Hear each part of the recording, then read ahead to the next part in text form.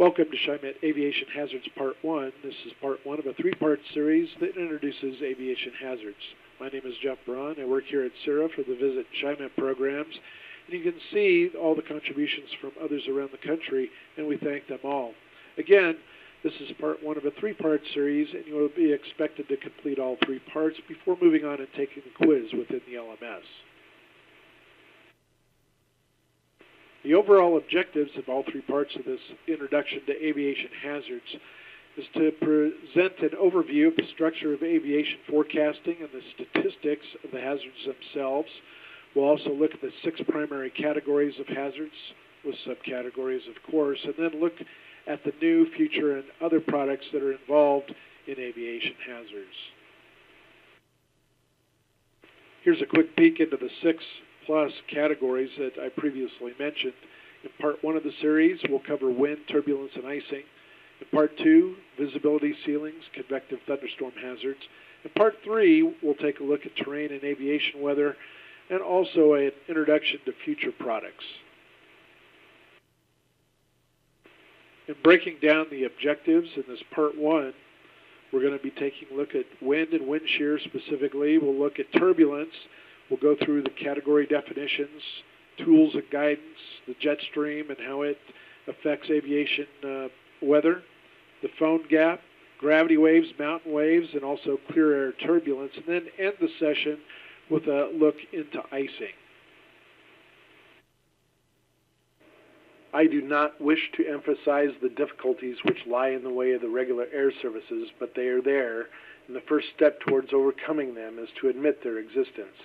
This was a quote by William Henry Dines back in the early 20th century in 1917 regarding the new air services and the difficulties that they're going to find flying, and many of those difficulties have to do with the weather, and we're going to be covering many of those here in this session. As this session was designed primarily with NOAA National Weather Service meteorologists in mind, we will quickly move through the aviation forecast structure, starting with the Aviation Weather Center, or AWC, who as a national support center disseminates in-flight advisories such as AirMets and SIGMETs, and also provides access to much of the aviation data, such as the Aviation Digital Data Service, or ADS program, which we will look at closer and also see examples of throughout the session.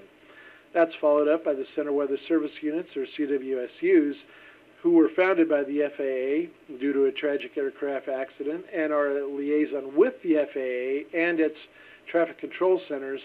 They issue products such as Center Weather Advisories, or CWAs, and Meteorological Impact Statements, or MISs. CWAs are an aviation weather warning for thunderstorms, icing, turbulence, etc., while meteorological impact statements are 2 to 12-hour forecasts for weather conditions that are expected to impact and route control center somewhere in between that time. And that's followed up by the National Weather Service forecast offices, you guys who write the TAFs themselves, or Terminal Aerodrome Forecast, and also the new graphical TAF Tactical Decision Aids. You also provide the aviation forecast discussions, which are embedded within the area forecast discussions. The ADS program became operational back in the fall of 2003, and its primary duty is to make available to the aviation community text, digital, and graphical forecast analysis and observations of aviation-related weather variables, and provide better information to pilots and forecasters both. Then we have an example of the TAF Tactical Decision Aid, which I mentioned before, which is a graphical version of the TAF. You can quickly look at this and see whether things are green to go or in the yellow-red area to stop, and then maybe take a quicker look at the text portion of the TAF to get a better idea of what's going on.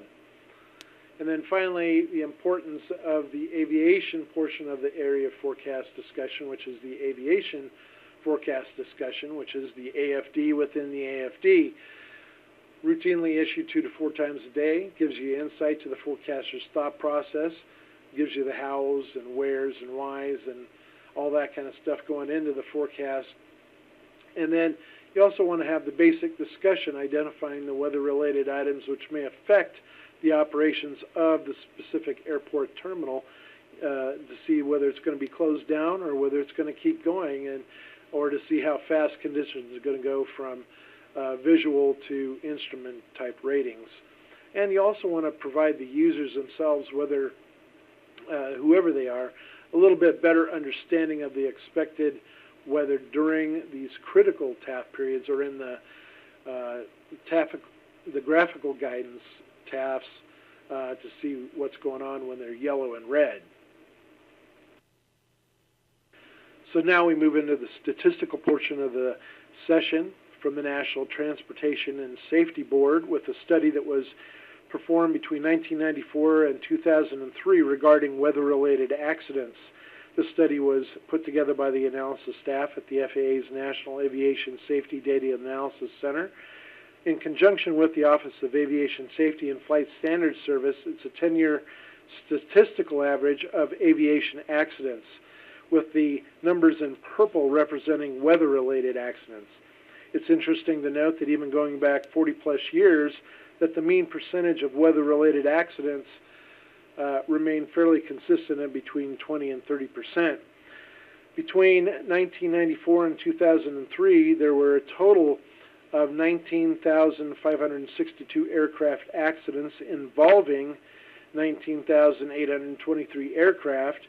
The weather was a contributing factor in 4,159 of these, or a little over 21%. And of those 159 weather-related accidents, 167 aircraft were involved. Weather factors, as cited by the National Transportation Safety Board, varied based on the operating rules of each different kinds of aircraft involved. Here's also a look at the weather-related accidents by weather condition, and you can see that all told, wind and visibility and/or ceiling were the major weather factors cited, all together, with greater than 68% of all the accidents falling into the wind category or the visibility and ceiling category, and we'll take a closer look at that in just a second. Moving on to the weather-related accidents by category of operation, we see that the general aviation community, or those that are impacted most by your TAFs out there, are by far the greatest category as far as accidents go. We'll look closer at what causes those accidents in just a minute. The second category is air taxi and commuter service, another rather small type of aircraft generally involved, and they're the next up. But still, they're an order of magnitude smaller than the general aviation community. That's followed up by the agricultural flight category, which you know why those guys have accidents, doing the flips and running off the ground 10 feet. You can see why that can be hazardous. And then finally, the lowest category is the air carrier service. The larger aircraft, they can get themselves out of a lot of trouble, but at the same time, they do have some types of trouble which they can't get out of, flying through a lot of different turbulence quite high up off the ground. So, looking a little bit closer at weather-related accidents by condition, we look at the general aviation community, and again, the biggest by far cause of accidents is either the wind over here or visibility and ceiling, and we can understand why that makes sense. The wind's going to push around that aircraft a lot, and also if you automatically fly from visual into instrument type flight rules, all of a sudden you can get yourself into trouble very quickly. So let's look at the next one down, the commuter air taxi accidents. This one reverses the roles just a little bit. We have visibility, ceiling, followed by wind, but those are still the two major categories causing most of the accidents. And you can tell that that's probably the case because here a lot of these type aircrafts do fly in instrument rules and are flying in the soup a lot of times, and that can cause a lot of problems there too. Now we look at the agricultural, and obviously wind, big, because you're flying so close to the ground, the wind can ground you, push you into the ground, roll you over, do a lot of things very quickly. And here's something that's kind of interesting. The density altitude is that if you're off, or if you're flying close to a thunderstorm and your density altitude figures are off, and you think you're flying 30 feet off the ground when you're really only flying 20 feet off the ground, you do the math there, you can see where the problems arise. And then finally, on the big aircraft, for the big airline characters, the biggest form of accidents up there is due to turbulence, and mainly this involves people getting bumps on the heads, falling, and that kind of stuff actually inside the aircraft as they're flying 30,000 feet off the ground. So we can see how that works. This photo was taken from outside the Cheyenne National Weather Service. Enough said. The wind by itself causes nearly 50% of all accidents every year, and when you add in the other direct and indirect results of the wind, and you get things such as turbulence and wind shear, the percentage climbs to around 60%. This makes good sense, as it's the airflow over the wings in the first place that gives the aircraft the lift necessary to get it up into the air. However, it's also its Achilles heel, as any changes to the flow component over the wing will change the upward or downward forces on the pressure surfaces of the wing, causing any number of possible changes to the attitude, altitude, and rate of climb or descent of the plane. On January 13th, 2002, this is a small case that took place, and sort of shows the implications of large-scale synoptic systems impinged on small-scale terrain differences and what they can do. In this first case, we have a situation where we have a low tracking from north-central South Dakota to southeast central Dakota, with the winds coming around out of the northwest on the backside. We have higher elevations over here in the southwest corner in the Black Hills area of South Dakota. And when the flow gets squeezed between the low over here to the east and the higher terrain to the west, we can get accelerated flow in between. And this can cause all sorts of good destructive situations. Here's an example of the high winds that day on the 13th and how they moved generally right next to the highest terrain, where the terrain differences or gradients were different, getting squeezed between the low out here to the east and this higher terrain out here to the west. Another example of this actually occurred in March 16th, 1999, only the low's in just a little bit of a different position. It actually came out of eastern Montana and tracked right along the northern border of South Dakota. And as it did, we actually had winds out of the southwest coming into this area. But remember, we have the higher terrain here, so we also have downsloping possibilities just as it comes over the highest terrain of the Black Hills down into the Great Plains area, and that can give us the accelerated flow that we're talking about. So we had very high winds right in this area, with peak gusts around 72 miles an hour just in the lee of the Black Hills, and a general large area of 60 mile an hour winds in the northwest corner of South Dakota, caused by this type of situation where you just put synoptics and local terrain conditions together and you get very strong winds. Turbulence can be a subset of the wind conditions, as we'll see in examples, or even thermodynamic conditions or changes with the thermodynamics of the situation. It is also probably the most common concern for commercial aircraft, where both craft crew and passengers can be at danger at times, especially for injuries. Primary causes for turbulence include mechanical turbulence, which is common near the ground as the wind blows in and around buildings. We get eddies generated in this case, and eddies are simply the random fluctuations in instantaneous velocities, and in most cases turbulence has something to do with eddies, so kind of keep that in the back of your mind. Other causes are deep moist convection, as they cause turbulence in the clear air around developing clouds. We'll look closer at that a little bit later. Thunderstorms themselves create turbulence in the clear air around them, and you'll be able to see how the updrafts through or the downdrafts around the outside can cause severe turbulence.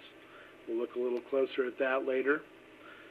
Mountain wave turbulence is the mountains create dangerous turbulence and can affect pilots cruising even above 30,000 feet when conditions are right. We'll look a little closer at that. Wind shear turbulence, another cause, is when we get the differences in wind speed over a short distance through layers in the vertical, and we'll look at that, or even the horizontal. Wind shear occurs at all altitudes from the ground all the way to the top of the atmosphere, so you can see how much of a concern that can be at times. Turbulence at high altitudes is usually clear air turbulence because clouds often aren't around to warn pilots of it, and it's usually caused by the jet stream in that particular case. We take a look at light turbulence. It's caused by slight variations in airspeed of 5 to 14 knots with a vertical gust velocity difference of 5 to 19 feet per second. Pretty light can be found in many areas, such as low altitudes and rough terrain, which is fairly obvious, getting those eddies generated. In mountainous areas, even with light winds, you can get certain thermodynamic stability situations that will cause strong turbulence in the lee or at ridgetop level. We'll see that a little bit later, too. Also, in and near cumulus clouds and near the troposphere. Moderate turbulence, on the other hand, the aircraft experiences moderate changes in altitude or attitude. In general, they look for variations of airspeed of 15 to 24 knots with vertical gust velocities 20 to 35 feet per second. You can see how that might be getting into a little bit of a thrill category. You find this a lot in towering cumuliform clouds and thunderstorms within 100 miles of the jet stream on the cold air side. At low altitudes and in rough terrain when the surface winds exceed 25 knots, again, stronger and larger eddies. And also in mountain waves, up to 300 miles in the lee of the ridge itself. And there's other possibilities also. Move on to severe turbulence. The aircraft experiences abrupt changes in attitude or altitude. You're looking at greater than or equal to 25 knots and vertical gust velocities 36 to 49 feet per second. So we're starting to climb pretty good or descend pretty good. You find these in and near mature thunderstorms near the jet stream. Again, mountain waves into the lee about 50 miles out, staying a little bit closer because a lot of times you need to have hydraulic jumps and able to force these kind of situations. And also up to 150 miles in the lee of a ridge within 5,000 feet of the tropopause when you have good mountain waves and they're existing. So you want to watch for those kind of situations. And then finally we have extreme turbulence when the aircraft is violently tossed about all over the place. We get rapid fluctuations greater than or equal to 25 knots and vertical gust velocities greater than 50 feet per second. Extreme turbulence is rare compared to the others, but it can be found in mountain waves, again, in or near rotor clouds, and we'll talk and look at those situations a little bit later. In and around severe thunderstorms, especially organized squall lines, hurricanes, obviously, and some severe downslope wind events. And now we're going to look at a tool provided to us from the Aviation Weather Center, or Aviation Digital Data Service, ADS program that we talked about or mentioned earlier. This is called the Graphical Turbulence Guidance. Graphical Turbulence Guidance is automatically generated turbulence product that predicts the location and intensity of turbulence over the continental United States. The first one, the GTG, is good for flight levels above 20,000 feet.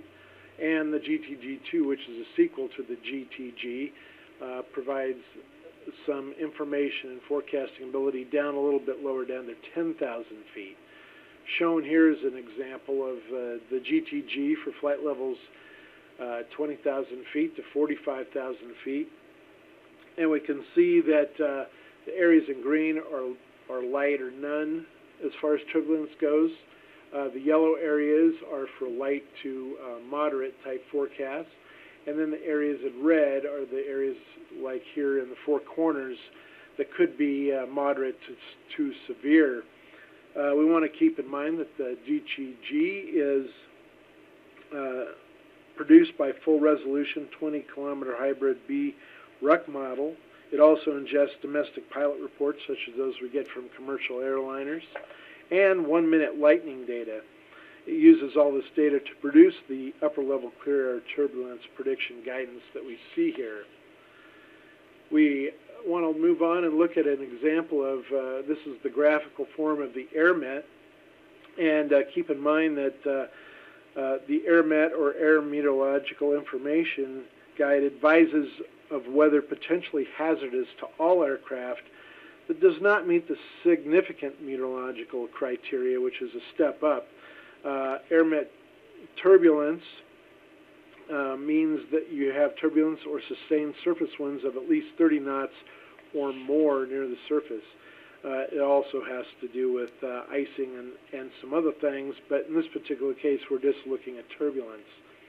AirMet items are considered to be widespread because they must be affecting or forecast to affect at least 3,000 square miles at any one time.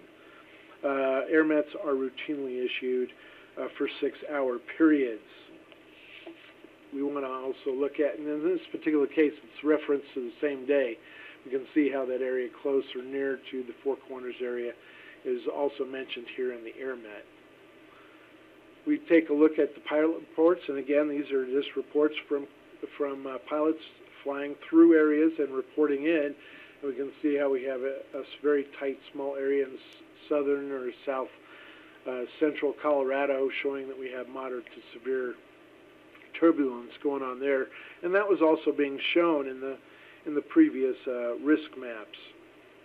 Let me go ahead and move on to another area, which is the clear air turbulence risk map, which is not operational yet, but may be very soon. It shows an example of deformation of vertical shear, and the index uses upper level wind data at 2 levels obtained from numerical models, the initial analysis or the forecast analysis, depending on how far out you go. The gridded index values have been converted to colors here for easy interpretation. The yellow representing the moderate areas, and the reds representing the moderate to severe or extreme areas here in southeastern Colorado. And then we look over here at an example of the LROD index, which also tells you a little bit about intensity, whereas the clear air turbulence risk map was showing both intensity and the chances of it going on. But in the same area, the LROD index, if you see an 8, which is right in this area, rather large area in southeastern Colorado, again shown in those forecast maps before, that represents moderate turbulence. Severe turbulence are 12s, which is shown in the center here.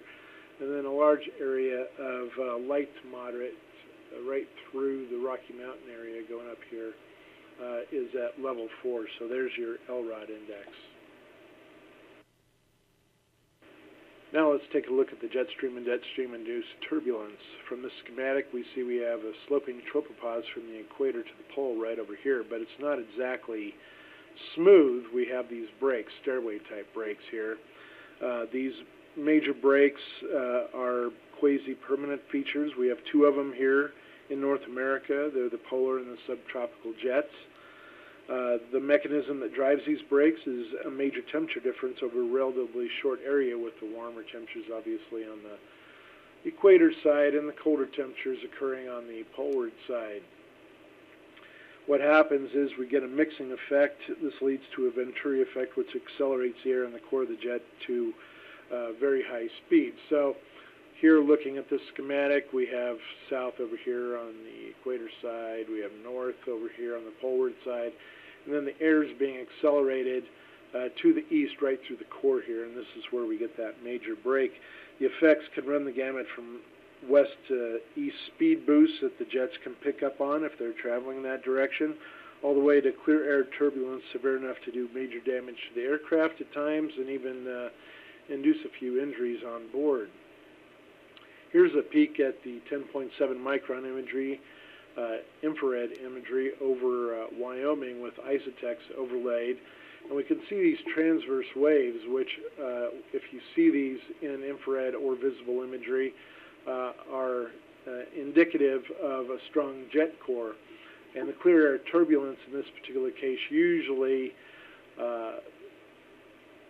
has its best effects to the east or southeast of one of these areas, so to the right of the transverse waves over here, where you have actually a little bit tighter wind gradient occurring. We can also see this type of effect here within the visible imagery. This happens to be later in the day, so we take advantage of the low light, and we see those transverse waves picked up very well throughout the image here. And again, this is where the strongest clear air turbulence associated with the jet core is going to occur over here.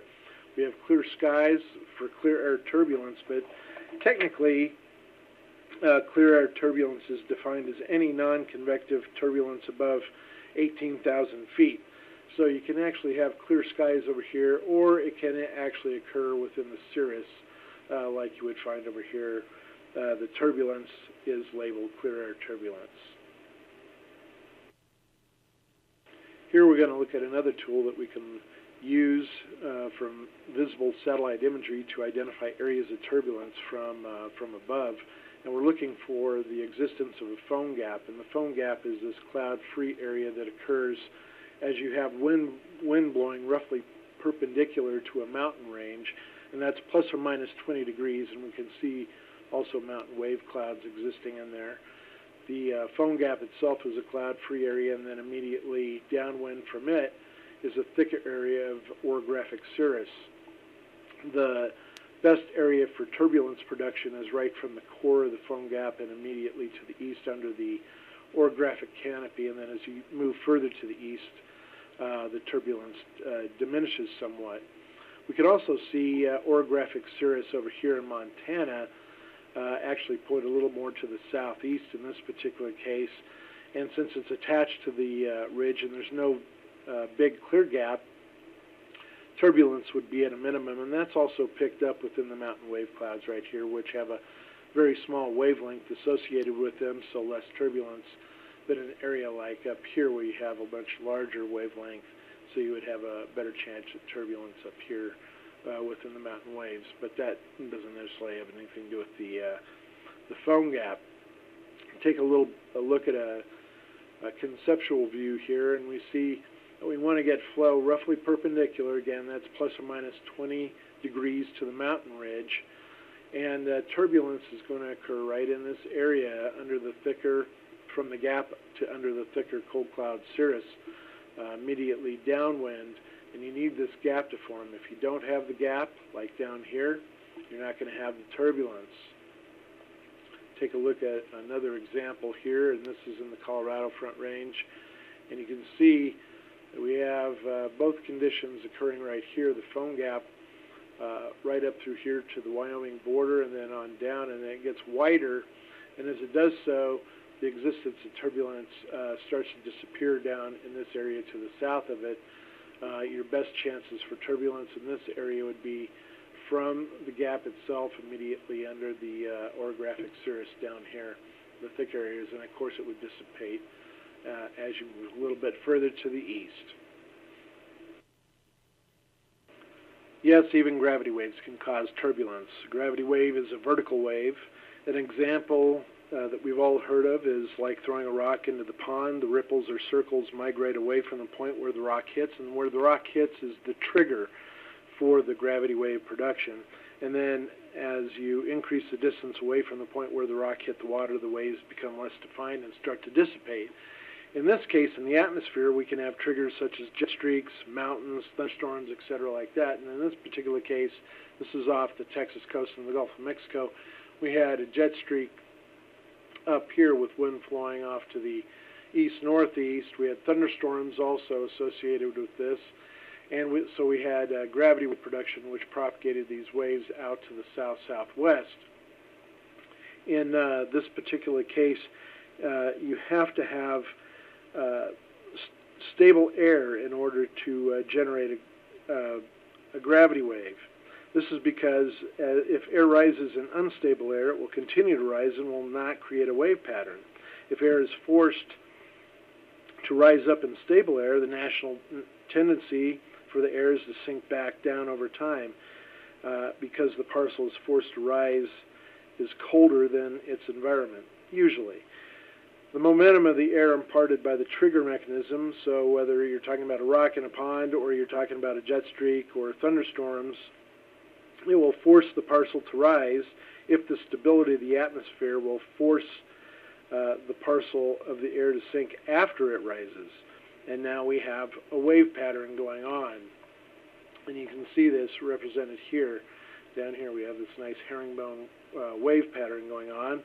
Also, the other thing is, in a gravity wave, the upward moving region of the wave is the most favorable area for cloud development, and the sinking regions in between these clear areas, you get rows of clouds generated, and gravity wave is nothing more than a wave moving through a stable layer of the atmosphere. Thunderstorm updrafts, a lot of times, and in this case they're off the picture, will produce gravity waves as they try to punch through either the tropopause or if they punch through some other lower level stable areas, especially during initiation periods. You'll see these, and we'll see an example of that a little bit later on. Right here we have a nice case that comes from June 18th, 2007 in the Sea of Okhotsk in Japan. And we have the land over here to the left. We had flow over the land like this coming into the ocean area. And we can see these wave clouds that have generated, and they sort of spread out and become less kinked as they move further out to sea in this respect.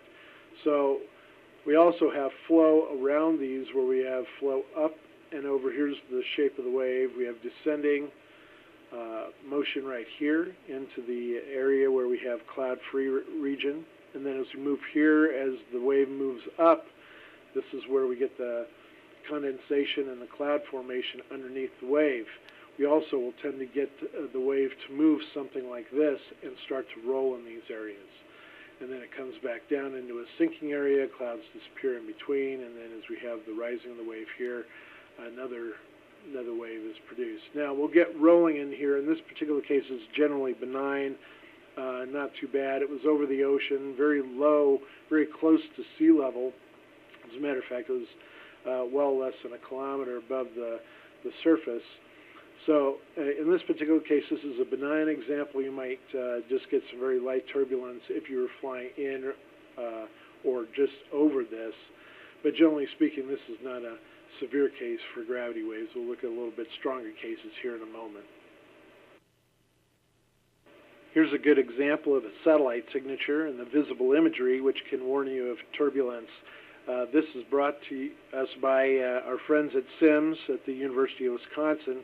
This particular image took place on January 27, 2009.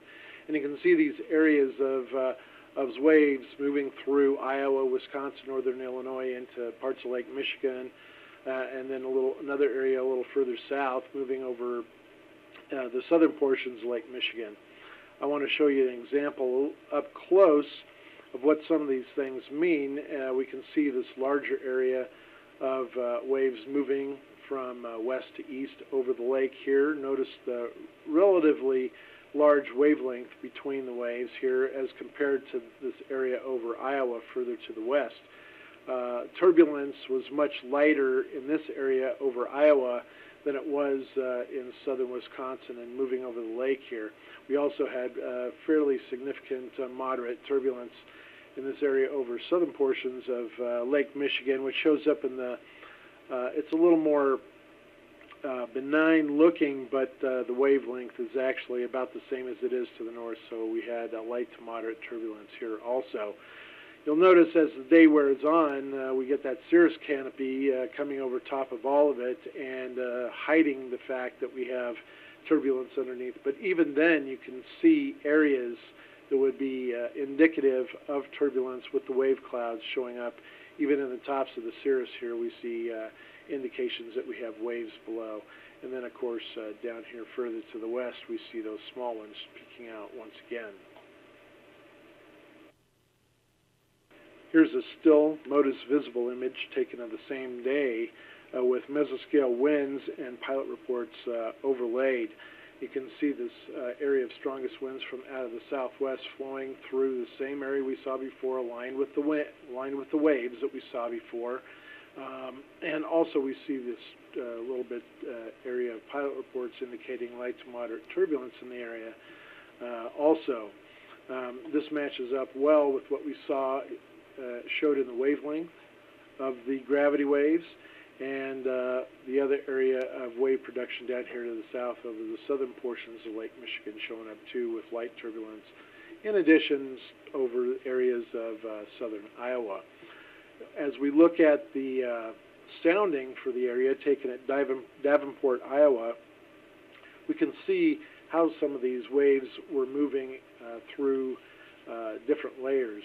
We have a layer here which is showing up between the 800 and 700 millibar area, showing good stability, and that lines up well with what we're seeing right here over this area with the cloud tops indicated at around 12,000 to 13,000 feet. That matches up pretty well.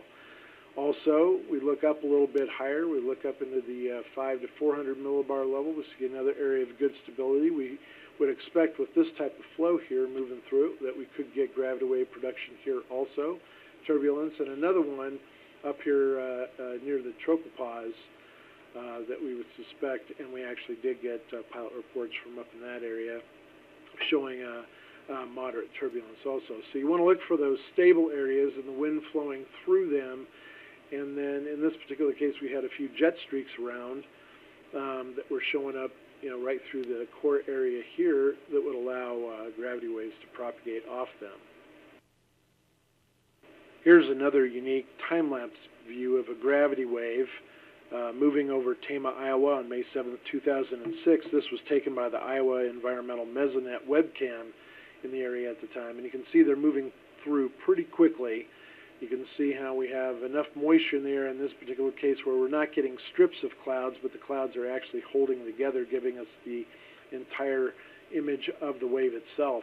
We go ahead and stop it here and give an example where we have the lowest levels down here where it had just descended, and then it rises up and through and then back down again. And these are moving through quite quickly, every few minutes. In this particular case, we would have the airflow would stick right around these areas, moving up and down, and underneath the ridges, for example, we would get areas of rolls formed.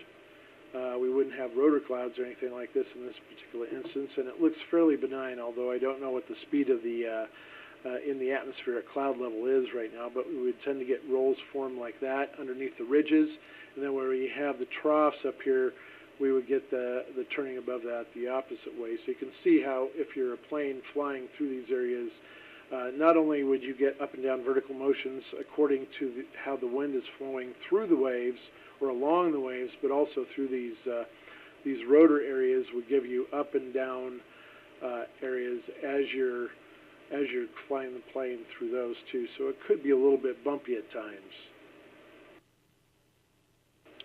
Here's another look at turbulence production associated with waves. This is a visible image showing indications of turbulence across the northern half of Colorado. Right in this area, we have mountain waves and maybe some gravity waves above the mountains showing up over here. To the east of that, we have lee waves showing up out of the plains. But then further to the south through here, we don't see really anything.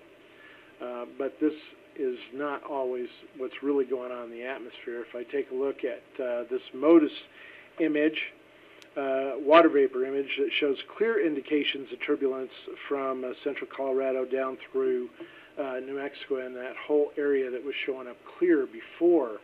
And again, you want to keep in mind that the wavelengths themselves are indications of the strength of turbulence. Very small wavelengths down here in central New Mexico would indicate very light turbulence, and as we move further north into northern New Mexico and on up into central and eastern Colorado here, very large wavelengths indicating good, strong, moderate to maybe even severe turbulence going on. We go ahead and erase this and move back here, and we'll take a look at the wave production, the lee wave production here, as we get flow nearly perpendicular to the mountain source, a range. In this case, I'm showing winds moving from the west and also getting stronger with height as they move over the range, which is pointing into the screen from south to north, say.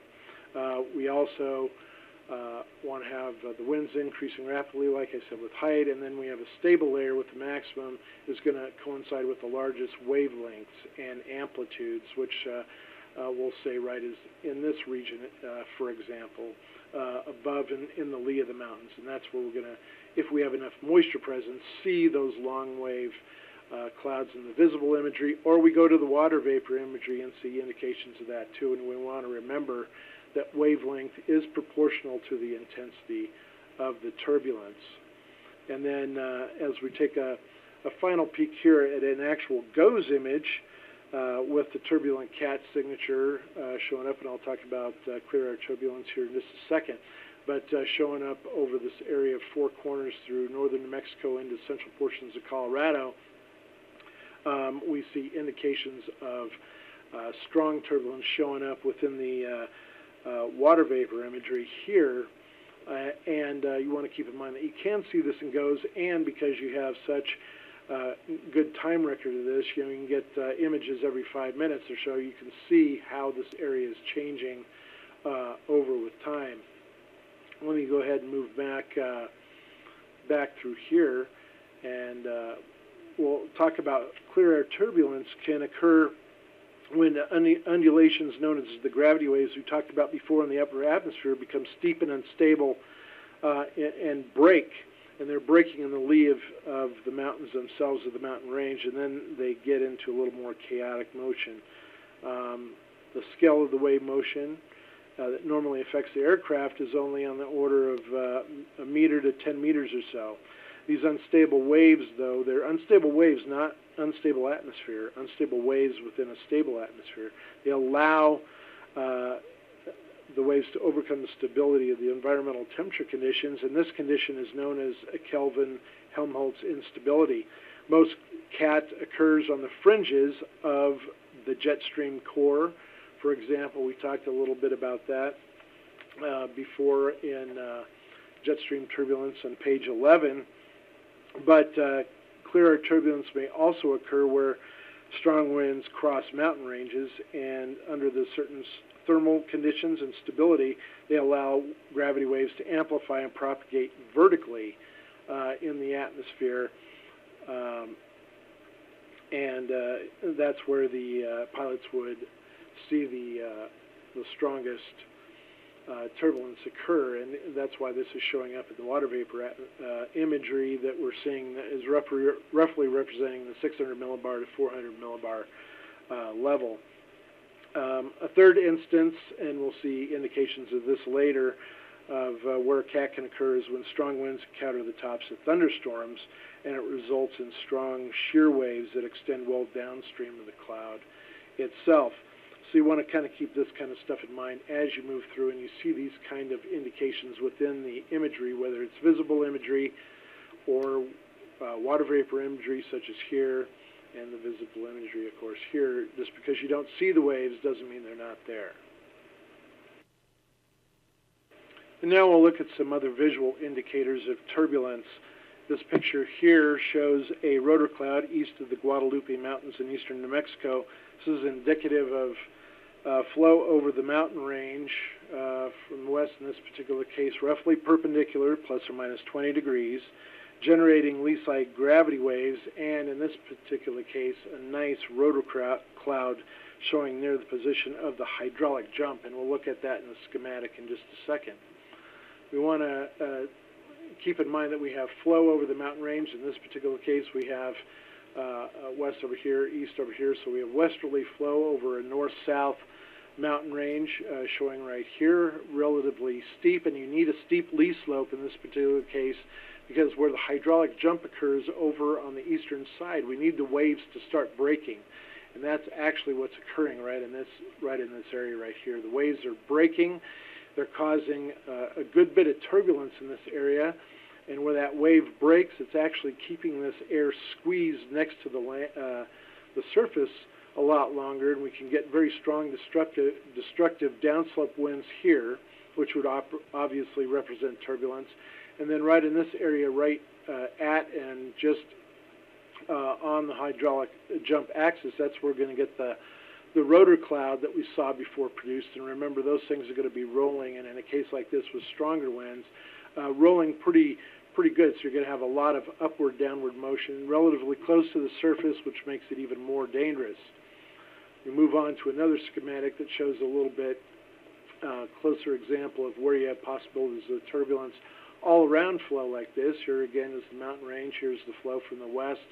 If you see indications of capital lenticular clouds over or just on the lee side of the flow in the mountains, that can indicate good waves being generated over the mountaintops. So you want to keep in mind that you're going to have a trough in the lee area right here, good area for turbulence production, even though there won't be clouds represented there. You also get very strong downslope winds at times, and you get a curling effect that's actually curling into the ground. Very dangerous area for anything to be flying, whether you're flying an airplane or a glider.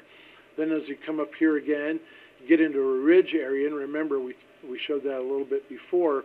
You're going to get clouds or rotor clouds produced in the upward part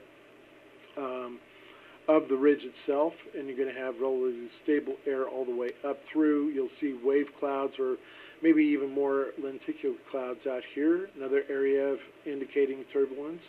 And then again, further to the east, you're going to have that trough going, and remember, you'll have the curling going on back to the west or towards the flow in those areas. So a lot of chances for upward, downward motion, and also shear turbulence going on in addition to those other kind of wave flow. Here's a look at some clouds over Fort Collins that we want to notice that we have flow from the west being over on the right side in this particular case, stronger flow aloft on the top side of this cloud area, and weaker flow or perhaps even reverse flow. I don't know the case in this particular situation, but this is turbulence due to shear instabilities and is Kelvin-Helmholtz instabilities. And this instability can occur when the two distinct layers are moving relative to each other. They have relative motion. So we have a lot of shear going on between the two layers here, and it's showing up in the rolls within the clouds, indicating a good area of turbulence, both above and below, or if you're crossing vertically through this area, you might meet some good turbulence going on. So you want to keep that kind of thing in mind. Again, this is just looking up at the sky, noticing what's going on in the clouds from your area. Here we'll stay with wind shear for just a moment longer, showing some visual clues. In this particular case, we have an example of some sheared cirrus clouds, or like call them mare's tails a lot of times, but it's showing areas of different directions and possibly speed of the wind as we move vertically. Here we have winds out of the west at the lower levels. Above that, we're getting winds turning out of the south. This indicates a backing in the wind, and we have cold air advection going on then at the mid to upper levels, and this can tell us a little bit of a few things, or lead us to maybe expect a little more in the forecast of the weather, that we're getting cold air advection aloft, and that's moving over a warm area. We may get a little instability. We're starting to see hints at maybe some cirrus starting to form here. And later on in the day, as we continue to warm up the lower levels, we may actually be able to force some kind of convection or perhaps even thunderstorms. But in this case, we're also looking for the change in direction and airspeed of the wind moving up as being an indicator for possible turbulent areas. A lot of different wind shear. We have a lot of different kinds of wind shear. Speed shear is represented down here, where in this particular case we have strong airflow at the lower levels with slower airflow aloft, or it could be reversed. It's still speed shear going on, but those indicate different types of things. This would indicate relatively sinking motion in this area, so you may be a little bit more stable as far as the atmosphere goes, but we have stronger windier conditions going on. But anyway, this would represent some turbulence. Up here we have directional shear, same speed in two different layers, but they're in different directions, with one off to, say, the northeast and one off to the southeast in this area. So we want to keep that in mind, that this still represents different areas of direction, and therefore we have an area between the two, especially at the interface, where we would expect turbulent conditions. And also we could figure out storm motion if we needed to very easily with a situation like this.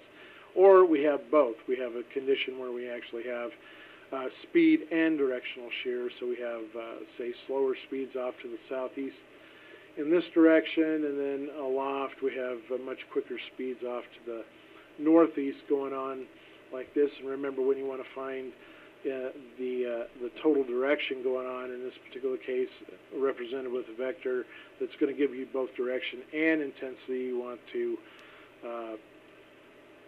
add those vectors. So here we have the arrow representing the 50 knots roughly. Here we have the arrow representing the 20 knots. You put them head to tail like that, and then we have a vector going off somewhere in between, more east-northeast at, say, roughly around 60 knots in this particular case, representing our total shear. So that's pretty good indications. That can also tell a pilot a lot about what's going on.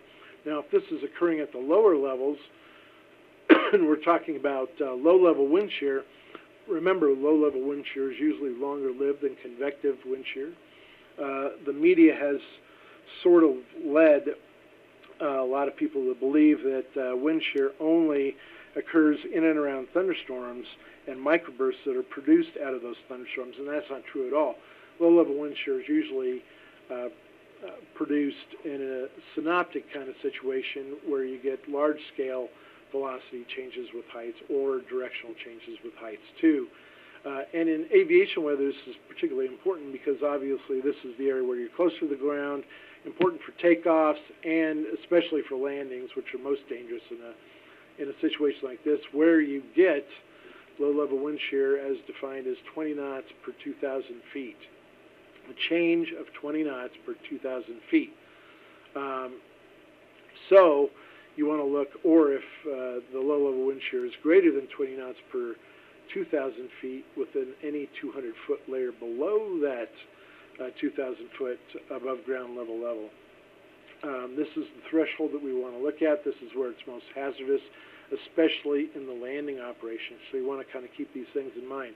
Wind shear is important for all sorts of things as far as aviation goes. It can tell you a little bit about what's going on with the weather, the upward moving areas, the downward vertical moving areas as far as turbulence goes. Also might give a pilot a way to fly through a stronger sheared area, try to figure out which direction he has to go to battle that kind of wind shear as he's progressing through his flight. Or in this particular case, as we're looking at low-level wind shear, how important it is to let him know what's going on at the lower levels so that he can land safely. Okay, now, from what we've seen before and talked about already, what are we seeing in this image and loop? I'll animate it a little bit later. That is indicative of turbulence and trouble spots that we want to look at. So even looking at the still image here, we can see an area here where we have relatively large scale waves showing up, which could be indicators of turbulence. We're definitely seeing that further to the south. We see some mountain wave clouds and very small areas of wave clouds through here too, which would be indicative of light turbulence here, and remember, heavier or stronger turbulence where we have the longer wavelengths showing up. We even see a good strong area in the San Diego Cristo Mountains in southern Colorado, northern New Mexico, indicating very strong turbulence in the lee of those mountains. The other thing here is the gap. We have a gap showing up with some clear air between the two areas. This can obviously mean a lot of things, but for one thing, we are getting good, strong descending motion right here, so that would be indicative of turbulence in the area, or certainly strong wind shear possibilities, for one thing. In this particular case, clouds are at a relatively low level right through here on the mountainside, and I'll animate this. And this is actually a wall cloud showing up, not the type associated with thunderstorms, but a wall cloud all the same, and we're getting good upslope motion in this area against the mountains, and some good precipitation showing up, snow in this particular case. Then we're getting warming downslope or slightly catabatic winds, maybe if they're colder and it's going over snowfield there in the lee, and that's giving us our strong descending motion, and we're drying out a little bit in this area. But it's also, again, remember, it's indicative of either strong wind shear and or turbulence going on here, and at lower levels at that. And then as you get a little bit further east, we get some cloud production going on again just to the east of actually a cold front that had backed into the area. But again, you want to put all these kind of things together, look for waves within the imagery, whether you're looking at visible imagery,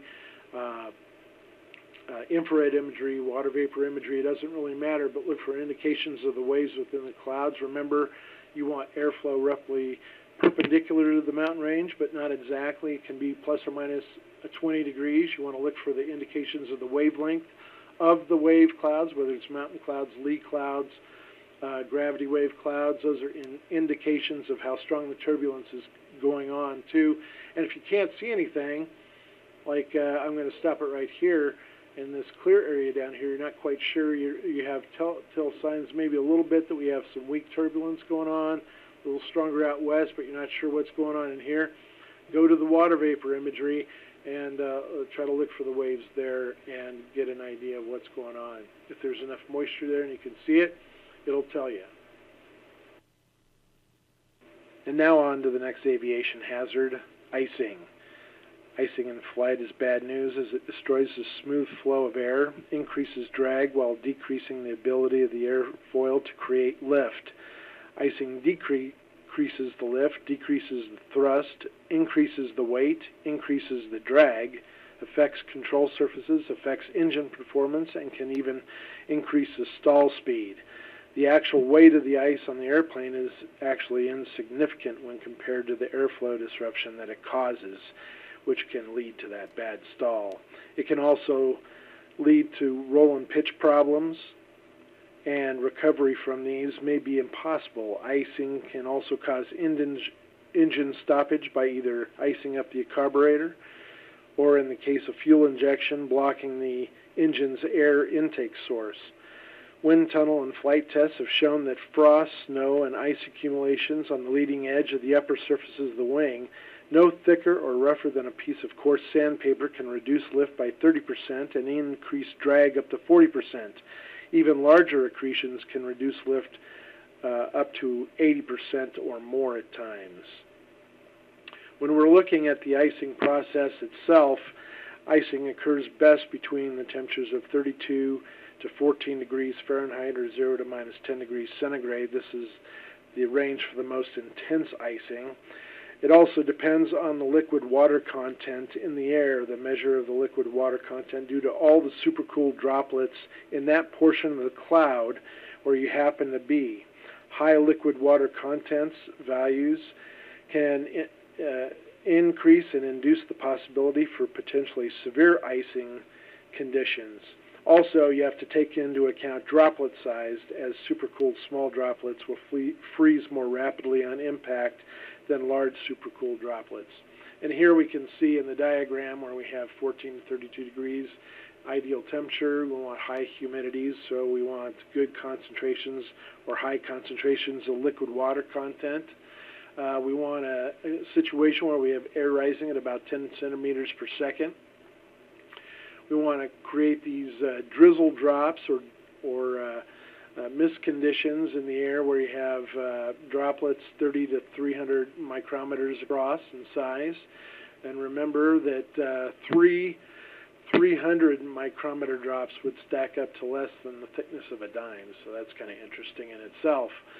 Then you have the condition where the drops are going to freeze when you reach the temperature below freezing as they hit the airplane. Now, the colder you get, the colder it gets, the more, especially below minus 15 degrees centigrade or so, the less icing occurs. And then you also have over here where you're creating a rough coating that disrupts the airflow, and that's where we talked about the analogy between ED and coarse sandpaper. It's actually the disruption of the airflow that's worse than the weight of the ice itself under most circumstances.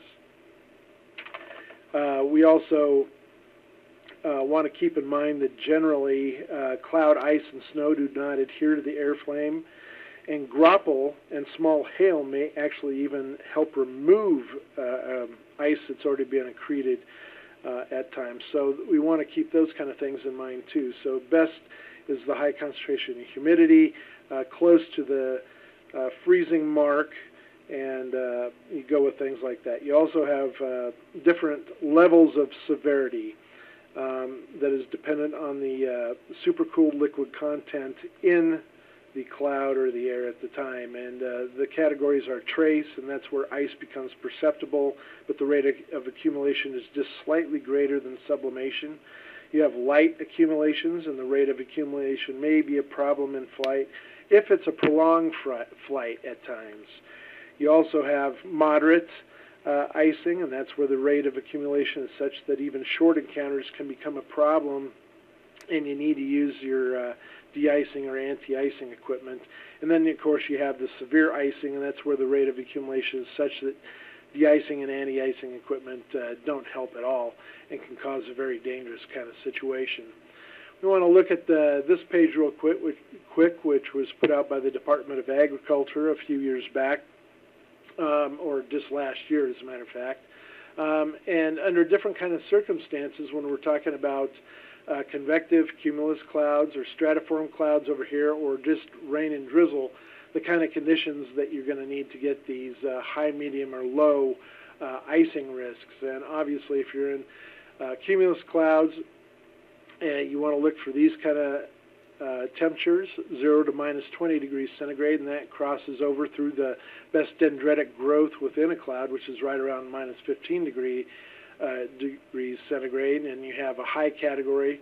You get colder than that, and you actually decrease your icing risk, as it doesn't want to stick to the airframe as well. And when you get colder than minus 40 degrees centigrade or minus 40 degrees Fahrenheit, it actually becomes low, and the flow of the ice crystals is actually around the surface of the airplane, and it's not that big a deal. For stratiform clouds, same kind of thing. It's very close, 0 to minus 15. Again, minus 15 being the temperature for best dendritic growth of ice crystals in the cloud. When you have a high situation, you get colder than that, minus 15 to minus 30 medium, and then colder than minus 30, this should be a minus, you have low conditions. And then if you already have rain and drizzle going on and you're flying through that, anything below freezing is going to be a severe problem at times. And now we're going to talk just a little bit about the three main types of icing that are encountered, those being clear ice, rime ice, and a mixed icing regime, which is a mixture of rime and clear ice. For clear ice is formed mainly, or the best, between 0 and minus 5 degrees Celsius. and it's formed when large supercooled droplets hit the airframe, freezing as they spread along the surface. This allows a solid sheet of smooth ice to form on the airplane. There is good and bad news here. The good news is since clear ice spreads and is smooth, there's little disruption of airflow. Unfortunately, this is outweighed literally by the bad, as clear ice is heavy and hard. It is the heaviest of all types of icing and the toughest to remove. Add enough of it to the airframe and the lift will be overcome by gravity, which is serious. You can expect to find clear ice in areas of rain and drizzle, most exclusively in cumulus-type clouds. As we move on to the next type, which is rime ice is formed best between -15 and -20 degrees centigrade, which is also happens to be where you find the best dendritic growth of ice crystals within a cloud. Rime ice is formed when smaller, fast-moving, supercooled droplets hit the airframe and freeze instantly. They don't spread across the surface, but freeze where they hit.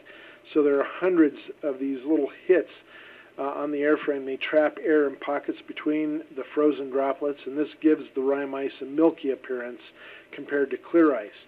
Rime ice is much lighter due to the trapped air within, but it is rougher, and the irregular surface form can significantly disrupt the airflow over the wings and other control surfaces that make control almost impossible at times.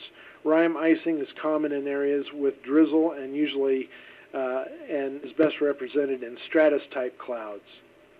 Then we move on to the mixed ice regime, and mixed ice forms best at -10 to -15 degrees centigrade, and it's just what it says. It's a mixture of clear ice and rime ice. This is seen when the droplets vary in size or when you have snow in the cloud. Various sized droplets and the ice pellets make up the mixing and hitting the airplane, and this causes both clear and rime ice to form almost simultaneously, and this is the most serious form of icing that there is, as it has the weight of clear ice and the airflow disruption of rime ice. It's a very deadly combination.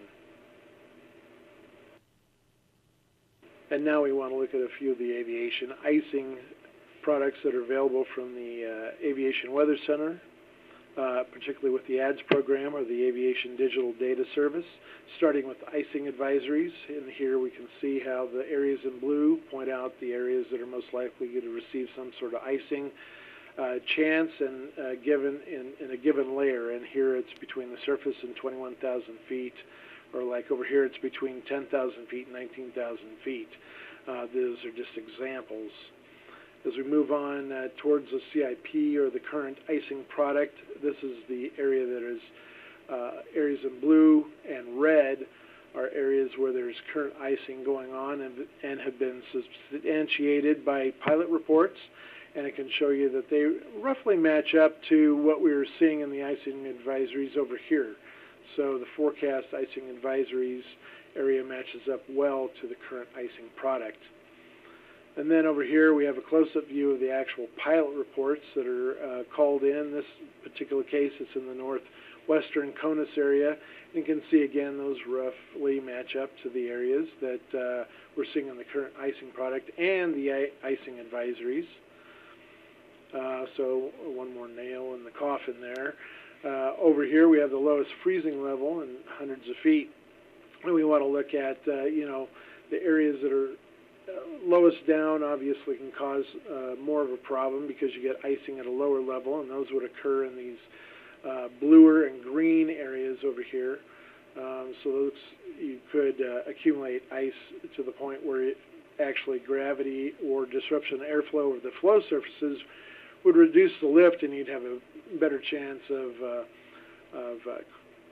crashing into the ground just because you're closer to the ground. These areas that are a little higher level over here, above 10,000 feet or 12,000 feet, at least you have some area to work with over here. And if you get low enough, you could actually melt the ice off the wings. Possibility anyway.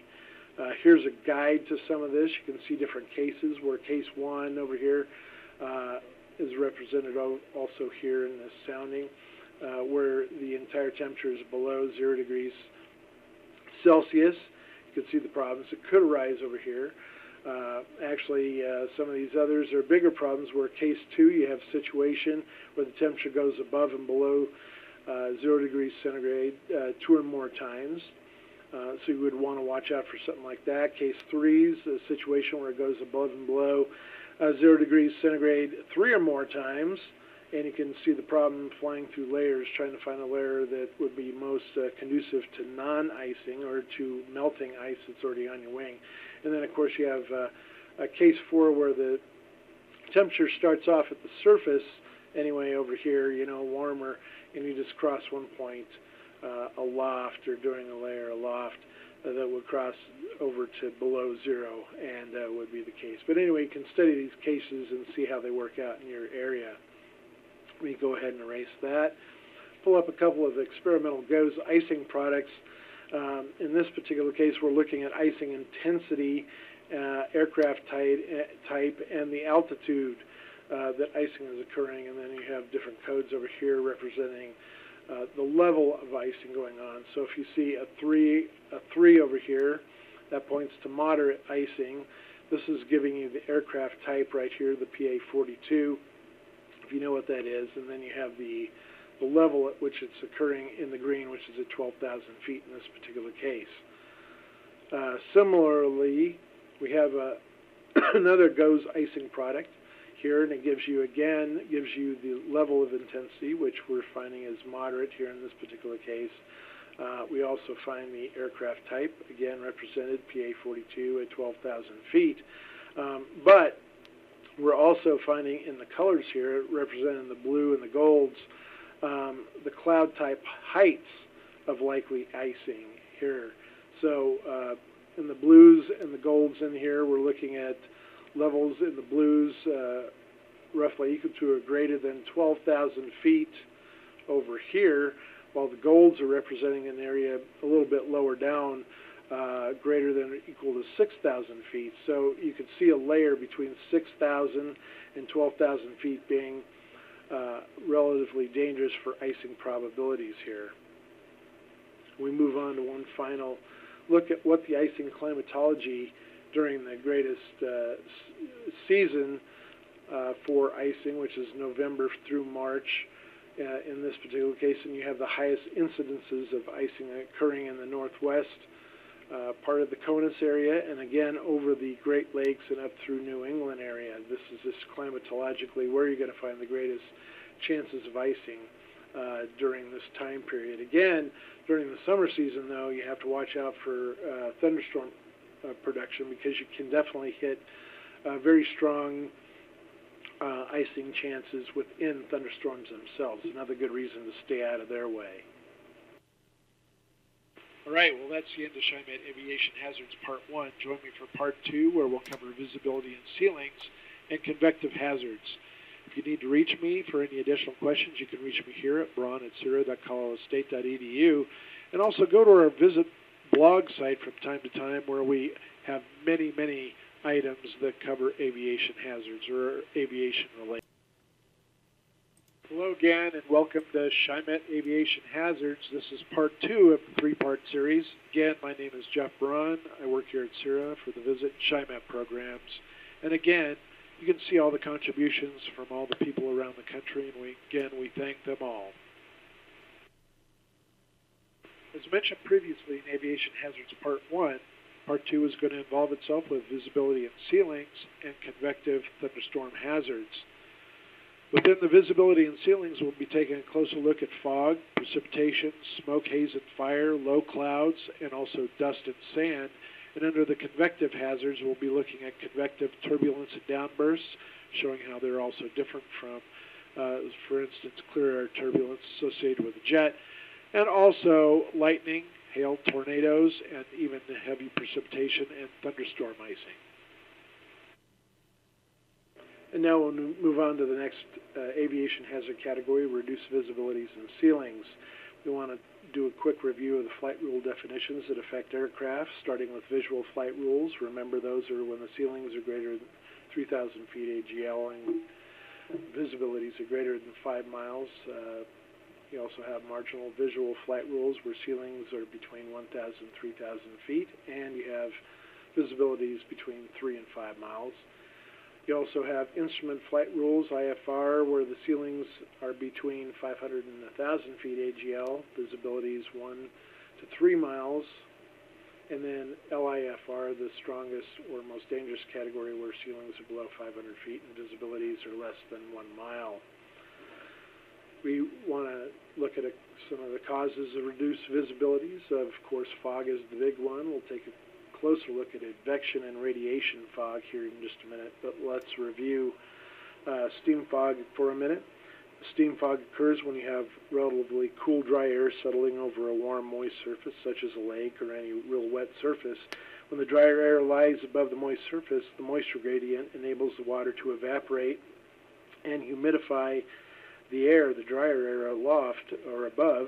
And because the air saturation point is already low due to the cool temperatures, the water vapor condenses and steam fog forms.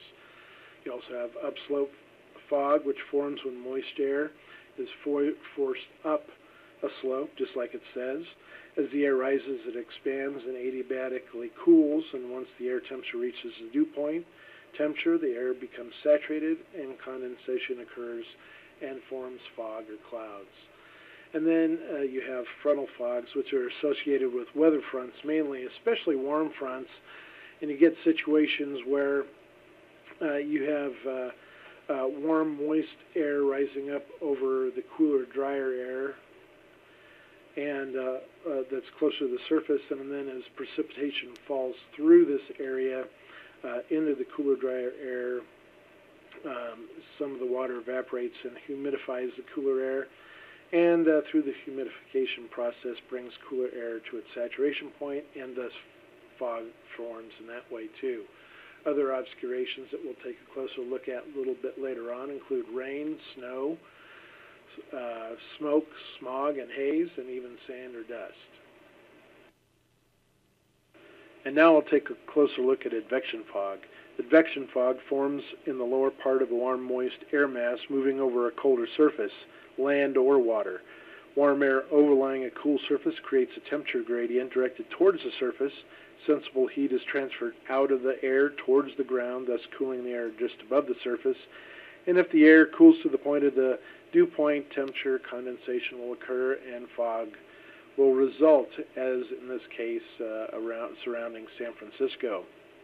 San Francisco, California is noted for its fogs as warm maritime air masses, relatively warm air masses, move over the Pacific and over the relatively cold California current as they move towards the coast, forming the advection fog and thus pushing in over the coast and surrounding, in this case, San Francisco. Some things that we need to get advection fog are light winds, but that does not mean no winds. It means light winds generally between 5 and 10 knots. We also need neutral or negative omega in the area. We've got an aversion here, and below that we've got some neutral or sinking motion, trapping that moisture within. And we also need either no or very high ceilings, and in this case we have no ceilings occurring. At least we might have a very light layer up here represented as cirrus, but you need either no or very high ceilings to get that radiational cooling going along the surface, generally ahead of the movement of the moisture into the area. A closer look at this looks something like this. We see we're saturated near the ground, thus being able to get the fog. And if we didn't have that, if it was a little drier, we'd have a stratus push moving in with the clouds forming just above the surface a little bit higher and getting the clouds up there. But in this case, we're saturated in two spots and so have a very deep layer, almost 100 millibars worth of cloud and fog. Here's a closer look at the case that we saw represented by the soundings in the previous slide. What we have here, we're talking about that sounding out of Norman, Oklahoma. To start the day, we had a low over the Red River Valley area with it intending cold fronts stretching off to the west and a dry line stretching off to the southwest from it. But more importantly, Out to the east, we had a warm front that stretched through northeastern Texas and into Louisiana to start this period. The fog is represented here in the gold and yellow colors. This is the fog product, which is a differencing product between the 11 micron and 3.9 micron channels.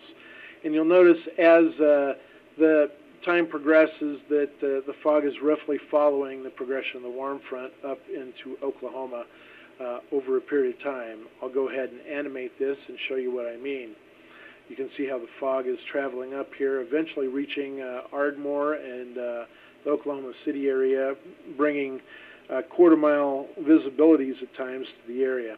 The good setup ahead of this, let me go ahead and stop this, is we've got the light winds going on, 5 to 10 knots in this particular case. We obviously have moisture that's going to be evected into the area with that push around the low that was represented here. We also have no ceilings through most of the southeastern part of Oklahoma, or we have a few very high ceilings represented here in the dark black colors that are representing ice clouds, cirrus clouds, very high clouds that are going to be whisked off to the southeast over the period of time. So again, you need those light winds and the no clouds or the very high clouds in order to get this to work out right. Taking a closer look at radiation fog. Radiation fog is a fog that forms when outgoing long-wave radiation cools the near-surface air below its dew point temperature, condenses, and we have fog. Radiation fog usually forms during the evening or overnight under cloudless skies with little or no wind, and the loss of long-wave radiation causes the surface temperature to decrease, inducing a negative sensible heat transfer between the cooling surface and the slightly warmer air in contact with the surface. As the near-surface air cools to the dew point, the fog forms.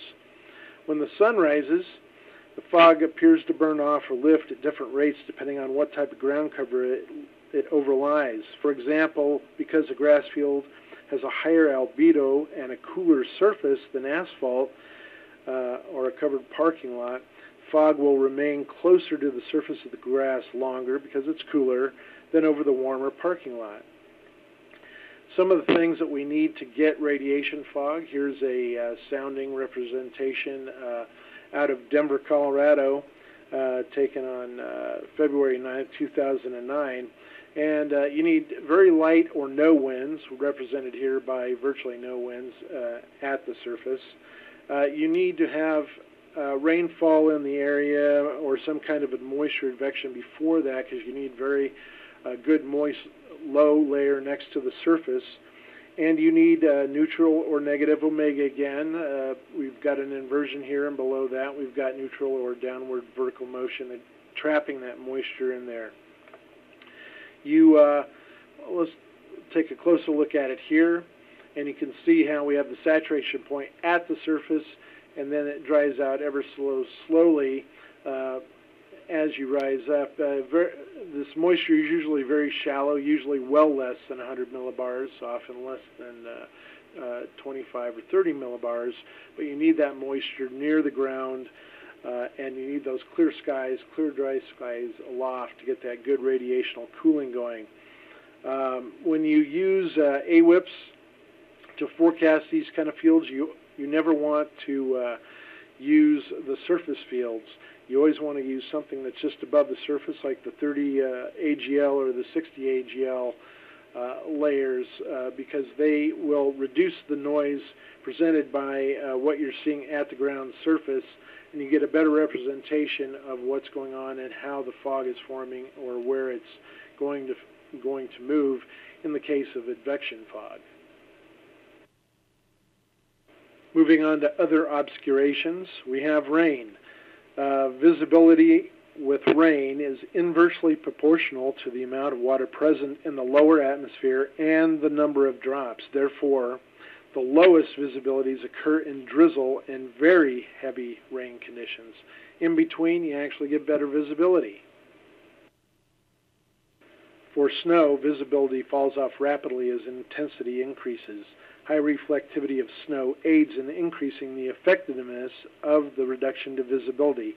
Therefore, as an example, moderate snow visibilities generally greater than 500 meters but less than 1,500 meters.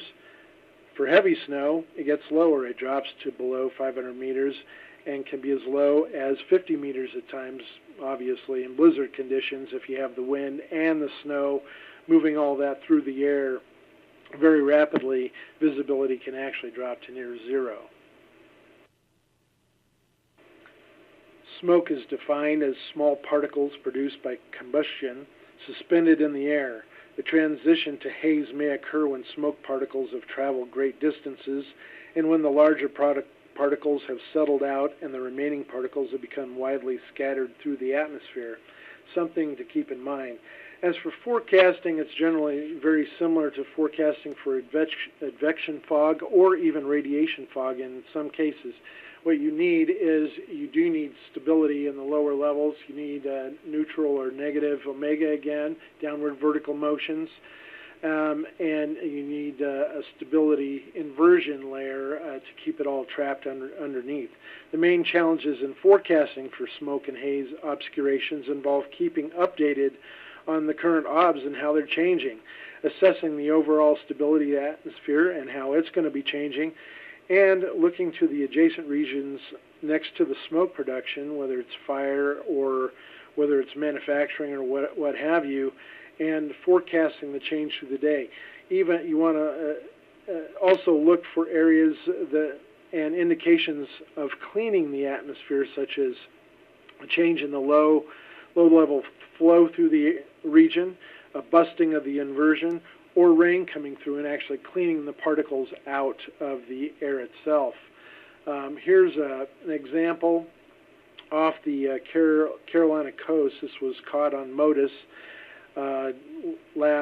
September 7th, 2008. And we have a hazy look here over the ocean, which is kind of interesting. And actually, that's not smoke. That's actually a turbid region that had been stirred up in the water itself as Hurricane Hannah had moved through. So although it looks like smoke from the satellite images, it's not. Actually, the smoke production in this particular case is over the shore itself. You can see a couple of areas right through here, and it's actually moving upshore and probably a little bit over this area where we have the turbid regions too. So there's probably a combination of both just offshore. But these are the actual areas of haze, and these were formed from the burning of downed trees that were left over after Hurricane Hannah passed through. So you can see these things from the air, from the satellite images, but sometimes you have to take a closer look or figure out what's going on in and around the water too, because sometimes it can look a little bit like smoke when it's actually mud in the water. Going from smoke to fire now, here's a look at the Hayman fire that was back in June of 2002 in the Front Range of Colorado. This is a photo showing the smoke at the lower levels being advected to the northeast towards Denver area, and we can also see the pyrocumulus that has developed because of the heat source of the fire. When we look at an overhead pass, this is a MODIS pass taken on June 10, 2002. This is the Hayman fire right here in the Front Range, and Denver is located off to the northeast, approximately in this position. You can see that this is a little bit later in the day, and the flare-ups already occurred. We're getting a lot of smoke generation. So the important part is to know where your point source is and how fast it's being advected towards the area of concern. In this case, it would be Denver International Airport and Jeffco Airport, and to know what level it's being advected there. Here's a look at some photos that were taken by the Colorado Department of Health and Environment webcam in downtown Denver. This first series was at about 7 o'clock in the morning on June 10th. And you can see the generally clear skies in Denver that morning, nice and bright and everything. And the fire's we've only got one point source showing up at the moment. Fire died down a little bit overnight. This is later in the day, midday, showing how it's flared up. We have many point sources at this this time. We can see good pyrocumulus development. We can see how it's being advected off to the northeast, right over the center of Denver. And here's a look at Denver at this time. So it can be very hazardous to aviation as far as visibility is concerned. That's why we need to pay attention to what's upstream, what is the source, where's the smoke coming from, and how fast is it going to get here. Here's a look at the sounding, morning sounding for 12Z on the 10th, and you can see how the sounding is basically dry adiabatic from the surface all the way to 450 millibars. The winds just above the surface are from the south-southwest, and that's how we're getting that smoke advected off to the northeast and over Denver. You can also see that there's not much change in wind speed. It dies down from, as a matter of fact, from 20 near the surface to 15 at times and back to 20. There's just not much change, and there's also not any good upward vertical velocities or ventilation factor being born out of this. So it's keeping the smoke trapped at the lower levels instead of lifting it up. We can also see by looking at the CAPE and the SIN in the area, we have very little CAPE and a little bit more SIN, so the smoke's not really going to go anywhere as far as vertically for any time in the meantime.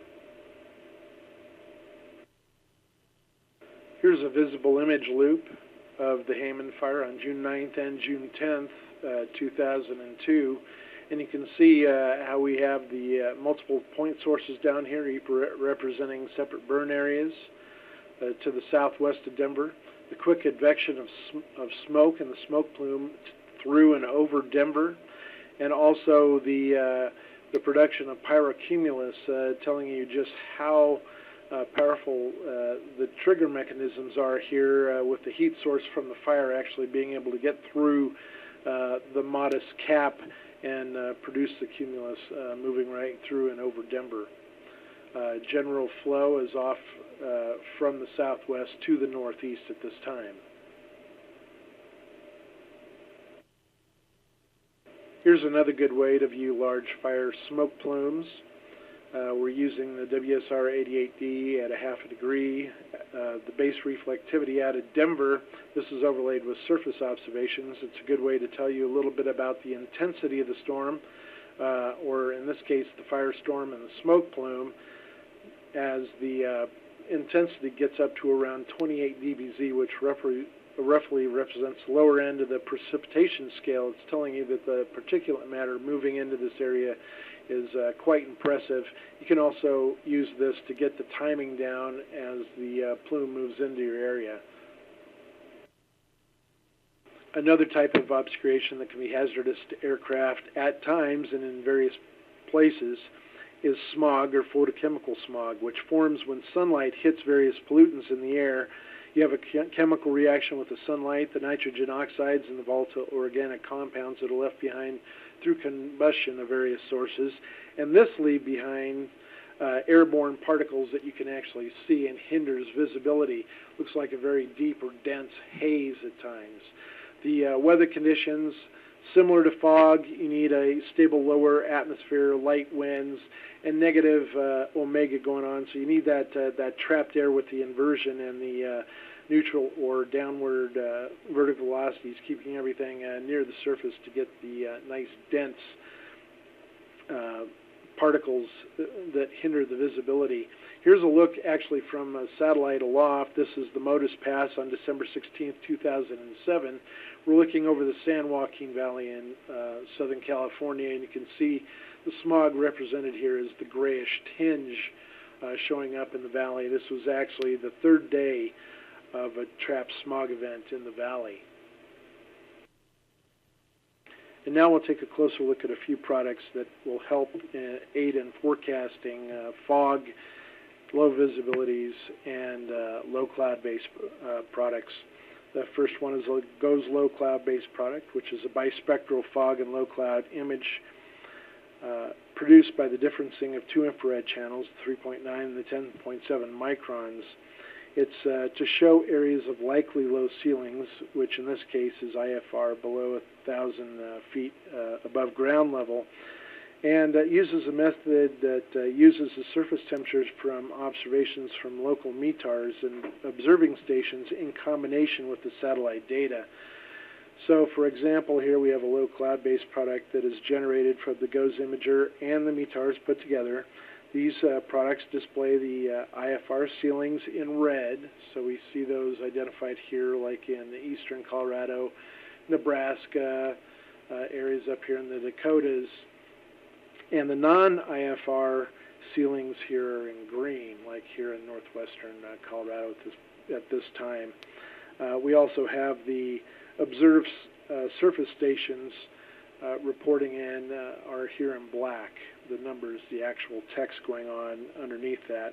Some areas, the IFR ceilings cannot be or may not be detectable by the product due to insufficient cloud depth, obscuration by cirrus, or insufficient temperature data. So you have to watch out for what's going on overhead in a lot of these areas. Conversely, some areas denoted as IFR by the GOES product may actually have higher cloud bases in areas of multiple inversions, so you want to take a look at the closest soundings or the forecast soundings in those areas.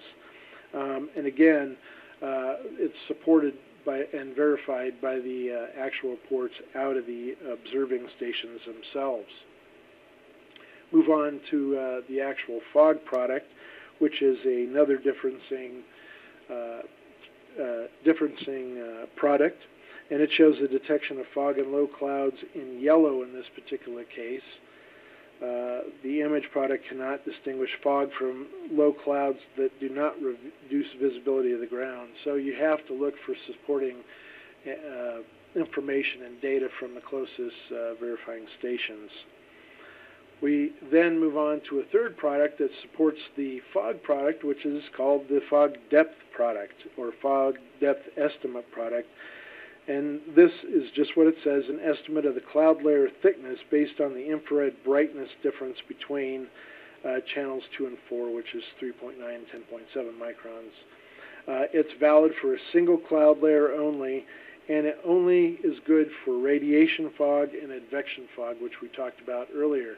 Over here in the blue, we have cirrus over some of those areas that we were talking about where there was low-level fog represented, but we can't tell the depth of it because of the interference by the cirrus.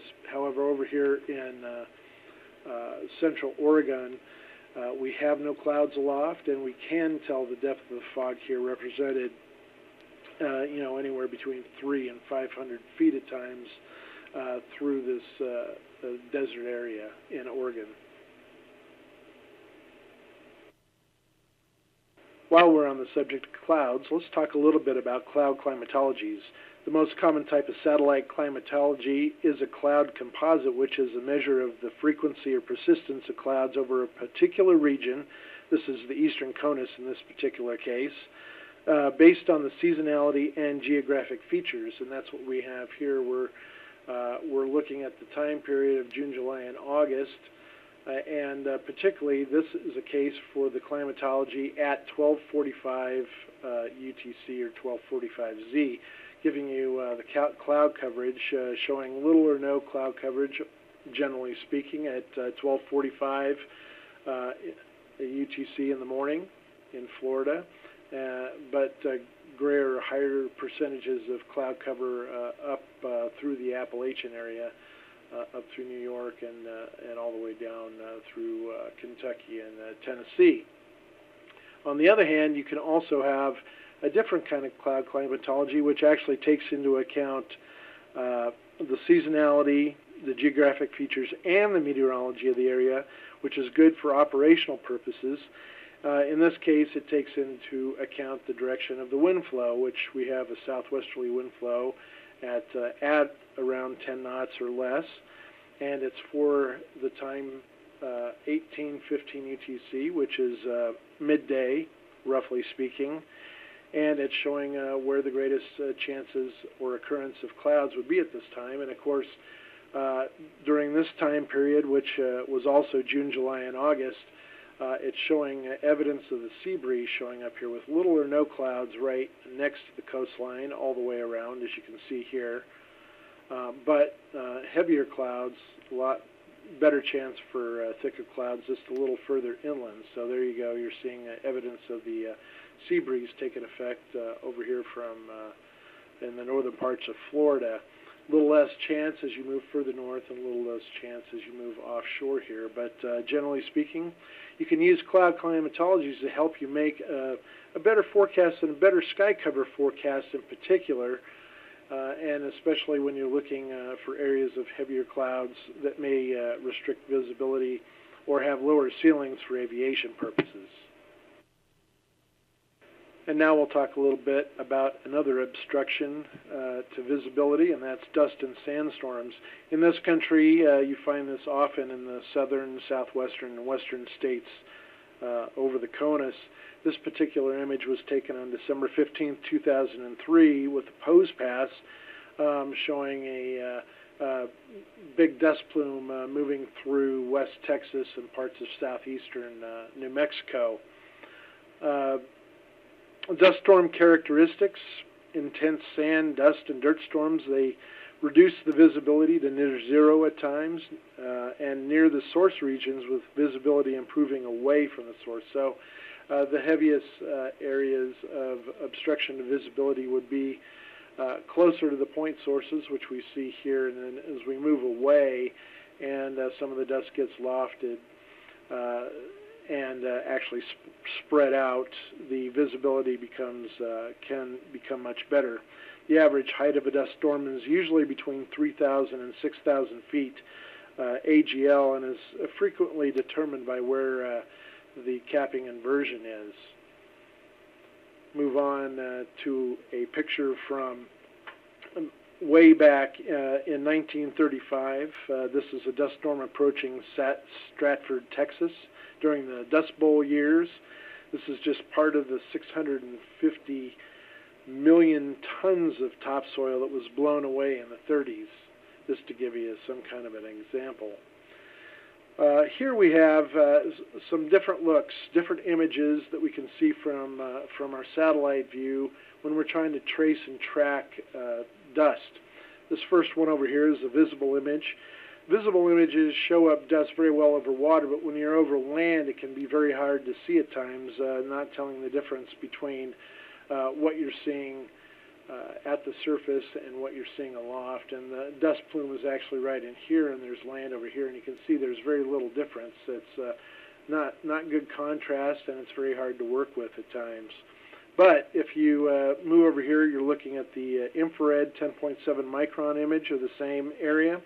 You can see how dusty air appears relatively cool in contrast to the hot daytime and land surface. And then this can also reverse itself at night, where this would actually appear a little bit warmer than the cooler surrounding surfaces if you're in a dry air mass. But you will have times during the day and night where these appear to be the same temperatures, and you can't tell the difference either. A little bit better alternative is down here in the lower left-hand corner, and that's using a long-wave difference channel, 10.7 micron minus the 12 micron. And the yellow image that you get out of this shows the negative temperature differences, where the difference is negative in the presence of dust, and that's what we're seeing here outlined in yellow over the same area. And it shows up very well. It shows up, it works day or night, and it's a viable, good alternative to either visible or infrared alone. Remember, it's nice to use all these together if you can. One final look is using the 3.9 micron channel, which we have readily available on AWIPS also. And it's used to find dust and tell the differences, of course, between water and ice clouds during the day. So it has a lot of different uses, but the dust also shows up fairly well in here too, as long as you aren't interfered with any higher clouds like the cirrus clouds over the top of it. Moving on to another example, we're looking at that same time period, December 15, 2003, over Texas, that we saw on that lead-in page. And we want to keep in mind where the sources of dust come from. And appropriate source regions for dust usually have very fine-grained soils, and they're rich in clay and silt. Most of the dust comes from a number of very discrete areas that can be regarded as point sources, and you can see these over here over the El Paso area, far west Texas, lots of these near White Sands and other areas.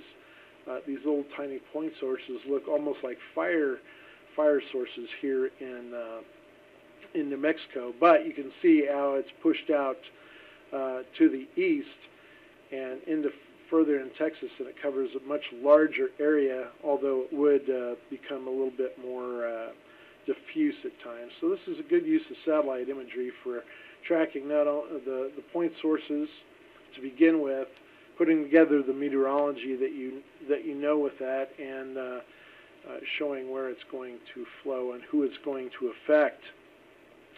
Some of the atmospheric conditions for dust storms, you usually have a lifting threshold for fine dust is around 15 knots. You want to keep that in mind. Dust storms will be favored in an unstable boundary layer. You want to keep that in mind. If it's too stable, it usually causes, there's descending motion, and it causes the dust to start settling out. For the dissipation part of it, dispersion of dust plumes as it moves downstream from the source region is primarily governed by the turbulence, which mixes the ambient air with the plume of dust itself. Turbulence not only acts to disperse the plume, it also acts to keep the dust particle in suspension and up in the air. Plumes disperse better in a more unstable environment, like I said before, and thus precipitation will effectively remove the dust from the lower troposphere and have it settle. It'll trap it on its way down. So if you get something unstable, you get some cumulus clouds going up, you get some convection going, you get some rain, clean the air. Here's a look at the same area. We're looking at the channel 4 minus channel 5, which is the 11 micron minus 12 micron channel. And you can see how these dust regions show up very well in this particular case, because it enhances the signature of airborne silicate particles such as dust and what it's made of. Finally, just going over this real quickly, many tools are available for predicting dust storms, and you want to use them all. Satellite imagery, surface obs, NWP models, radar, dust and aerosol models are available, and you can find those on the internet. At the mesoscale, NWP models do a very good job of predicting the winds and other conditions, including friction velocity. You want to keep that in mind when you get, that's why you need that 15-knot threshold to get the dust moving, to get it tumbling, and to get the turbulence going to lift it up into the air. Dust models also combine atmospheric data with the information on the precipitation in the dust source regions upstream to produce the dust forecast out to several days. Very good sources, and look for them if you have to. Moving on to yet another aviation hazard, we're going to be talking about convective clouds and thunderstorm hazards.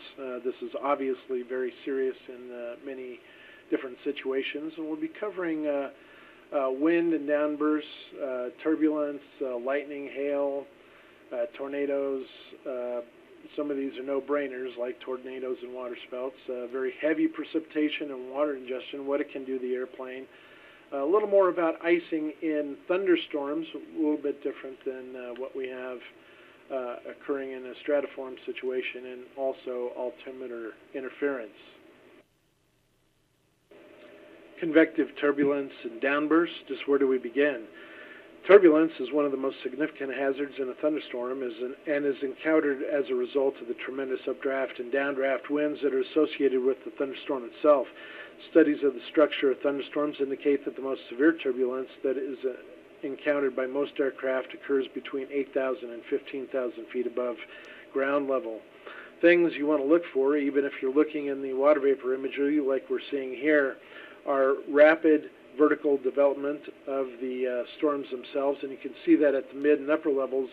If you see these poking through on the water vapor imagery and expanding rapidly after, you can tell that these are going to be highly turbulent thunderstorms, and if you have a pair of them, you want to look especially to the area in between for the some of the strongest downward vertical motions in this situation. You also want to look for banded cirrus outflow structures like transverse bands in the top of the storm, and we'll take a closer look at one of those a little bit later. And like I said before, the rapidly expanding anvils that you can see at the mid and upper levels, indicative of a great deal of turbulence. Also, convective gravity waves, which don't necessarily, the gravity waves show up well sometimes, especially those associated with the jet and the water vapor imagery, but not always able to capture those at the correct level with these thunderstorms at the right level anyway. You want to notice also that the strongest updraft or turbulent winds are located at or above usually 10,000 feet, with updraft winds you want to look for between 30 and 65 feet per second, representing the moderate to extreme turbulence areas. The intensities of flight level turbulence seem to be directly related to the intensity of the precipitation in the thunderstorm. That is, the heavier the precipitation, or the more hail that's falling out, the more severe the turbulence. So look obviously to the heavy precipitation and hail cores in the radar imagery, and the transverse bands on the top of the storm for indications of where the turbulence is lying at a particular time. Moving on to a look at an image from the ground of a convective downburst. In this situation, it was near Wichita Falls, Texas in May of 1994. Here we obviously have a very heavy precipitation / hail core going on. We're going to get a great deal of strong downward vertical motion in here. You do not want to be caught in here. A plane could be pushed all the way to the ground, and then well away from the hail core itself, we can see how we have the winds moving out horizontally, giving us an area of high degree of turbulence along the outer edge of the outflow. Here's a typical sounding, a morning sounding in this particular case, out of Denver on September 12, 2005, and some of the indications here are the nice dry area down here that almost looks like an inverted V. It's not quite, because we have some morning moisture still in the area, but you see something like this in the morning, you definitely have a good chance of getting the inverted V sounding by the afternoon. As a matter of fact, we'll take a look at what that looks like right here. The downdraft strength and the resulting surface cold pool are determined by the strength of the convective winds. Primary contributors to downdraft strength include precipitation loading and evaporation. In this case, in the high plains area, we're looking mainly at evaporation through the inverted V, through the very dry air going down to the surface, as we have very little moisture overall for precipitation purposes. And we can see that represented up here as the water equivalent's only around ½ an inch. Other things that we want to look for are the area for the D-cape. You want to calculate the D-cape, which is represented right here as 1141 joules per kilogram, which is a good deal greater than the cape in this particular case. And what you want to do is estimate the downdraft parcel's path by determining the wet bulb temperature, and then from the temperature follow the moist adiabat to the surface. From that point, it's an easy matter to follow the moist adiabat down, and the area under this particular curve, between the moist adiabat and the dry adiabat, is the D-cape, and large values of that represent a great deal of energy that is going to be moving in a downward direction and representing a downburst kind of situation. So you want to look for those kind of situations. Evaporation makes the falling air parcel actually colder than the surrounding air, and this makes the air more dense and consequently strengthens the downdraft. The effects of evaporation depend on the amount of precipitation that can be evaporated and the dryness of the air that it's moving into. So we have all those factors in this situation. We'll look at a moist or a wet downburst type of sounding, same type of situation. except that we're moving moist air in and out of different levels. You can see we have a moist saturated area up here around 6 kilometers, which is actually where we calculated the decape, represented in the gray here for this sounding. And we're calculating it down to the ground. We can see how it's moving into a lot of dry air in the mid-levels, but we have very moist levels below, and our precipitable waters are a lot higher than the Denver case. This is out of Lake Charles, Louisiana, and represents a pretty typical Gulf-type sounding where you would get a wet downburst, especially anything associated with the supercell. You can see that the decape values, while modest, are a good deal greater than the cape in this particular situation. And you also want to keep in mind that precipitation plays a big part in all this. Precipitation loading effectively adds weight to the rising air parcel.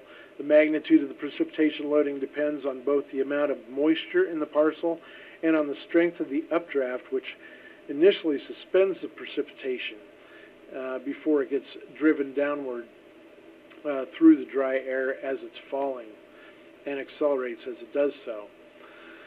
A couple of photos just representing some of these things. Here's a convective wind shear and a gust front in this particular case, where we're getting a downburst and outflow from the leading edge of this photo. Move on to a situation in Rapid City where we had convective thunderstorms move through the area. We had macrobursts, downbursts moving through, and you can see what it did to the local airport. This was not tornado damage. And here's another picture of a microburst in this particular situation, falling through dry air. We didn't have the core as the one we saw before.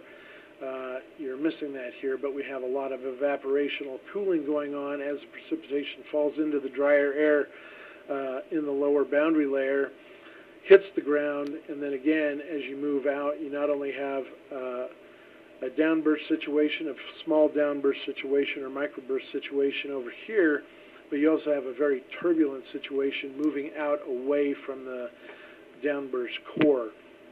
Something that is very, very dangerous to aircraft. Here's a GOES visible imagery loop taken on June 11, 2001 of some thunderstorms in southwestern Minnesota. We're going to be looking at the storm scale and the mesoscale for indications of possible turbulence and or downburst production. Let me go ahead and step back in this particular situation. We're going to look for production of inflow feeder clouds moving into the storm.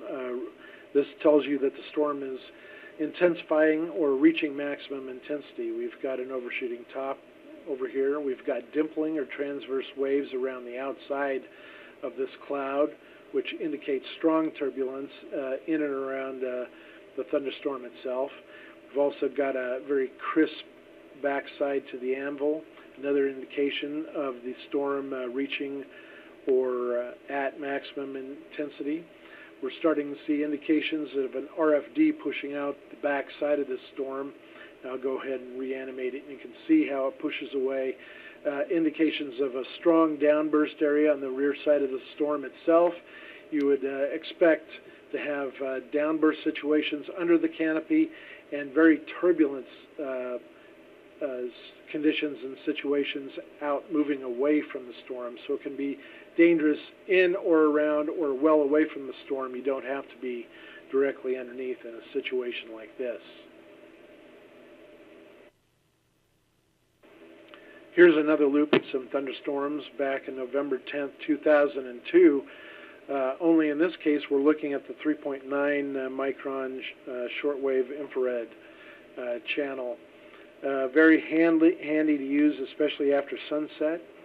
It's better than the 10.7 micron imagery in this particular situation, especially at the crossover between day and night, because the information about the clouds is enhanced by the fact that you can tell the difference between water clouds, which are in the light gray areas here, the light gray clouds representing water, and as you get to the darker clouds, which we'll look at more to the northwest in this particular situation, say off in northern parts of Mississippi. These are representing a crossover between water and ice clouds. This is an Acus field developing in the area.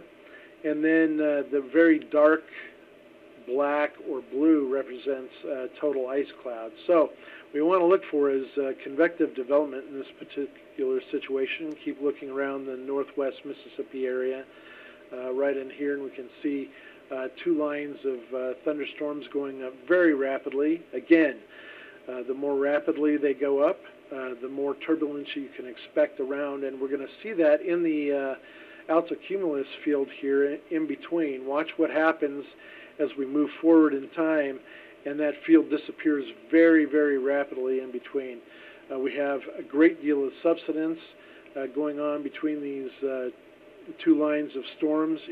You want to be very careful flying aircraft in between a situation like this. You would have great updrafts where we're having the rapidly development of the anvil showing up here, and then you would have great downward motion in between as we're getting both the subsidence from both sides of both these lines of thunderstorms, providing the subsidence in between and killing off the Acus field here.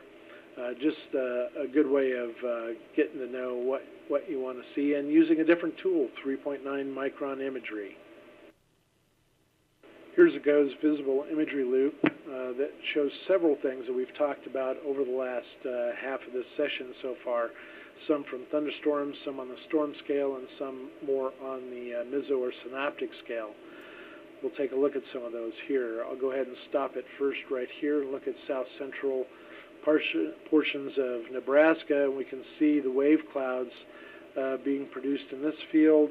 The long wavelengths representing a turbulent area, and also remember that the longer the wavelength between these cloudy areas, the more turbulence or intense the turbulence could be in the situation, and it stretches back quite a ways here. This area over here in northeastern parts of Iowa, representing a stable air with billow clouds moving over this. We want to remember that we can get the direction of flow is going to be roughly perpendicular to this area, especially at the top of the boundary layer.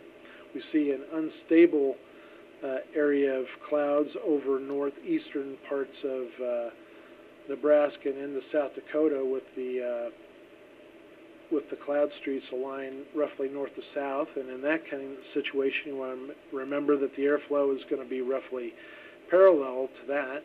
We can see several boundaries in and along these areas showing up, which may have been from previous night's convection or what have you. But those seem to be areas where we're getting increased convection and TCU production along that. And remember, where you have the strong TCU growth going up here, you're going to have strong updrafts and downdrafts, of course, in between. Another area that we want to pay a little bit more attention to right now is this area where we're getting these large thunderstorms produced. I'll go ahead and reanimate this again and let that run through. And then we're going to let it run through one more time and pay particular attention to this area right in here, this outflow region that's moving out away from the thunderstorm as we move through time.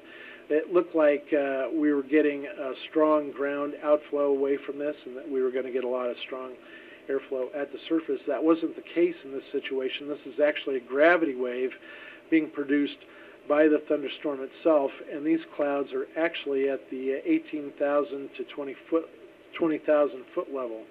This is a level where we also indicated earlier, looking at the soundings, that there was a stable layer there, and as the updraft finally punctured through that area, we had a gravity wave produced, and the stratiform clouds moved out away from the thunderstorm right through that stable layer away from the clouds. A couple other things we want to look at more on the storm scale. Overshooting top, cirrus outflow right through here. We also want to look at the production of the dimpling around the transverse waves around the outside of the cloud, indicating strong turbulence within this area of the clouds. Probably have good mammatus showing up underneath if you were able to look underneath this particular storm. Strong backside going on right here to the storm, indicating the storm is at good intensity. It hasn't become diffuse yet, like these clouds up here, where the convective parameters would be rather weak right now. In this case, we have a very strong indication of a very strong storm. And if we look back just a little bit earlier in the storm's evolution, we see areas right in here of inflow feeder clouds showing and inflow feeder clouds show that storms going through intensification or reaching maximum intensification. And although this storm grows a great deal over time, we know that this is showing that this storm is going through massive intensification, and we can see that indicated in how fast the storm top is diverging. Remember, this is super RSO, and we're going at 1 minute intervals. That's how fast that canopy storm top is actually growing. So another indication of strong updrafts and very strong downdrafts in and around this storm. Lightning is a strange phenomenon. Lightning can have varying effects on an airplane, ranging from no effect at all to severe damage, and even in extremely rare instances, explosion of fuel tanks can occur. Since the exterior skin on most aircraft is metal, the electrical charge of the lightning bolt travels along the surface of the aircraft and exits, causing only minor damage, such as pits and burns on the skin of the entry points or exit points on the aircraft itself. Occasionally, the lightning can damage other parts of aircraft, such as electrical or avionics systems, and this is one of the main reasons that aircraft are required to remain at least 20 miles from thunderstorms. This also protects them from hail and wind damage, too. This photo right here was taken in Boston back in 1967. Pretty cool in the way it looks. Some of the statistics, even though more lightning damage and lightning harm caused to people and machinery and usually happens on the ground instead of the air, there's still some pretty good statistics that you don't want to get caught in a lightning storm if you don't have to. Some of the statistical results indicate that commercial aircraft get 1.5 strikes per year, and commercial pilots experience this phenomenon hitting their aircraft once in every 3,000 flight hours. So if you fly for a while, you're likely to get hit by a bolt of lightning at some point. In the military, 50% of military aircraft have, of all their weather-related mishaps, are caused by lightning, and that has to do a lot with the avionics used. Even between the years of 1988 and 1996, that's an 8-year period, the United States Air Force had repair costs of about $1.5 million due to lightning damage. Not a lot of money overall, but still relatively significant. For commercial airliners, lightning costs about $2 billion annually in operating costs and passenger delays. Now, that doesn't mean aircraft damage, but it's a combination of damage and primarily delays to the airports getting aircraft up in the air and down on the ground. A couple of cool things too. We look at a picture here of a positive lightning strike, and positive lightning strikes make up less than 5% of all strikes. However, despite the significantly lower rate of occurrence, positive lightning is particularly dangerous since it originates in the upper levels of the storm. Its electric field is typically much stronger than a negative strike. Its flash duration is longer, and its peak charge potential is 10 times greater than a negative strike on average. It can contain as much as 300,000 amperes, or 1 billion, and that's with a B, volts. Many positive lightning strikes occur near the edge of the cloud, like we're seeing here, the old bolt from the blue, as it were, and that's why you want another reason aircraft are required to stay at least 20 miles away. Another interesting fact, too, is if an aircraft is flying in or near a thunderstorm, aircraft can actually trigger lightning themselves by accumulating static charges on the extremities like the nose, tail, and wingtips, causing the storm to discharge before it normally would and through the aircraft at the same time. So you get the discharge because of it. That's called an autogenous field, by the way, when an aircraft generates its own static electric charges. Is hail dangerous to aircraft? Hail is regarded as one of the worst hazards of thunderstorm flying, as if turbulence wasn't enough and lightning wasn't a hazard either. Hail is generally found at about the 10 to 15,000 foot levels above the terrain, with the greatest frequency of hail occurring in the mature stage of the thunderstorm. Hail can produce serious structural damage to an aircraft, as we can see in these leading wing edges photographs we have here and photographs of the tail pieces. You can see how it can do quite a large bit of damage. In severe thunderstorms, hail may be encountered in clear air as much as 5 miles in advance of thunderstorms. An example of this was on April 4th, 1977, as Southern Airways DC-9 crashed in New Hope, Georgia. Both engines of the airplane had ingested hail ahead of the storm and lost thrust. The plane crashed into the road, burst into flames. 2 of the 4 crew members were killed. 60 of 81 passengers were killed, and 8 others on the ground were killed. So you can see where these kind of hazards can really lead to all sorts of problems. Interestingly, the reason why we have 3/4-inch hail, or we're actually starting a move to the 1-inch hail size as a demarcation for severe hail instead of 3/4-inch. But anyway, the 3/4-inch was actually based on a 1952 study of the smallest size of hailstones that caused significant damage at airplane speeds between 200 and 300 miles an hour. This was mainly based on the DC-3 way back then, 50-some years ago, and of course it looks like it's being updated now, but it's lasted for a long period of time. Here's a photo of the remains of a large military aircraft after the passage of a tornado March 25, 1948 at Tinker Air Force Base in Oklahoma. This storm actually resulted in the first broadcast of a tornado warning and prompted the use of tornado warnings from that point on. Actually, tornadoes and aircraft together, the implications are just too obvious. Stay away from thunderstorms in general as best you can, and especially stay away from tornadic thunderstorms. If you're on the ground, batten the hatches and get away. There's not much you can do at that point. And look for mentions of tornadoes while you're flying in the PIREPs, SIGMETs, and MISs. Here's an aviation hazard that you just don't think about too often, but it's heavy precipitation and water ingestion. And the water ingestion has to do with the turbine engines that have a limit on the amount of water they can actually ingest. It's possible that the concentrations of water can be in excess of the quantity of water that a turbine engine is designed to take on or able to ingest, and therefore in the core areas of severe thunderstorms where you have high water concentrations, you could actually get a flame out or other structural failure of one or more of the engines that could cause problems, whether they totally flame out altogether or just get weaker in the thrust output.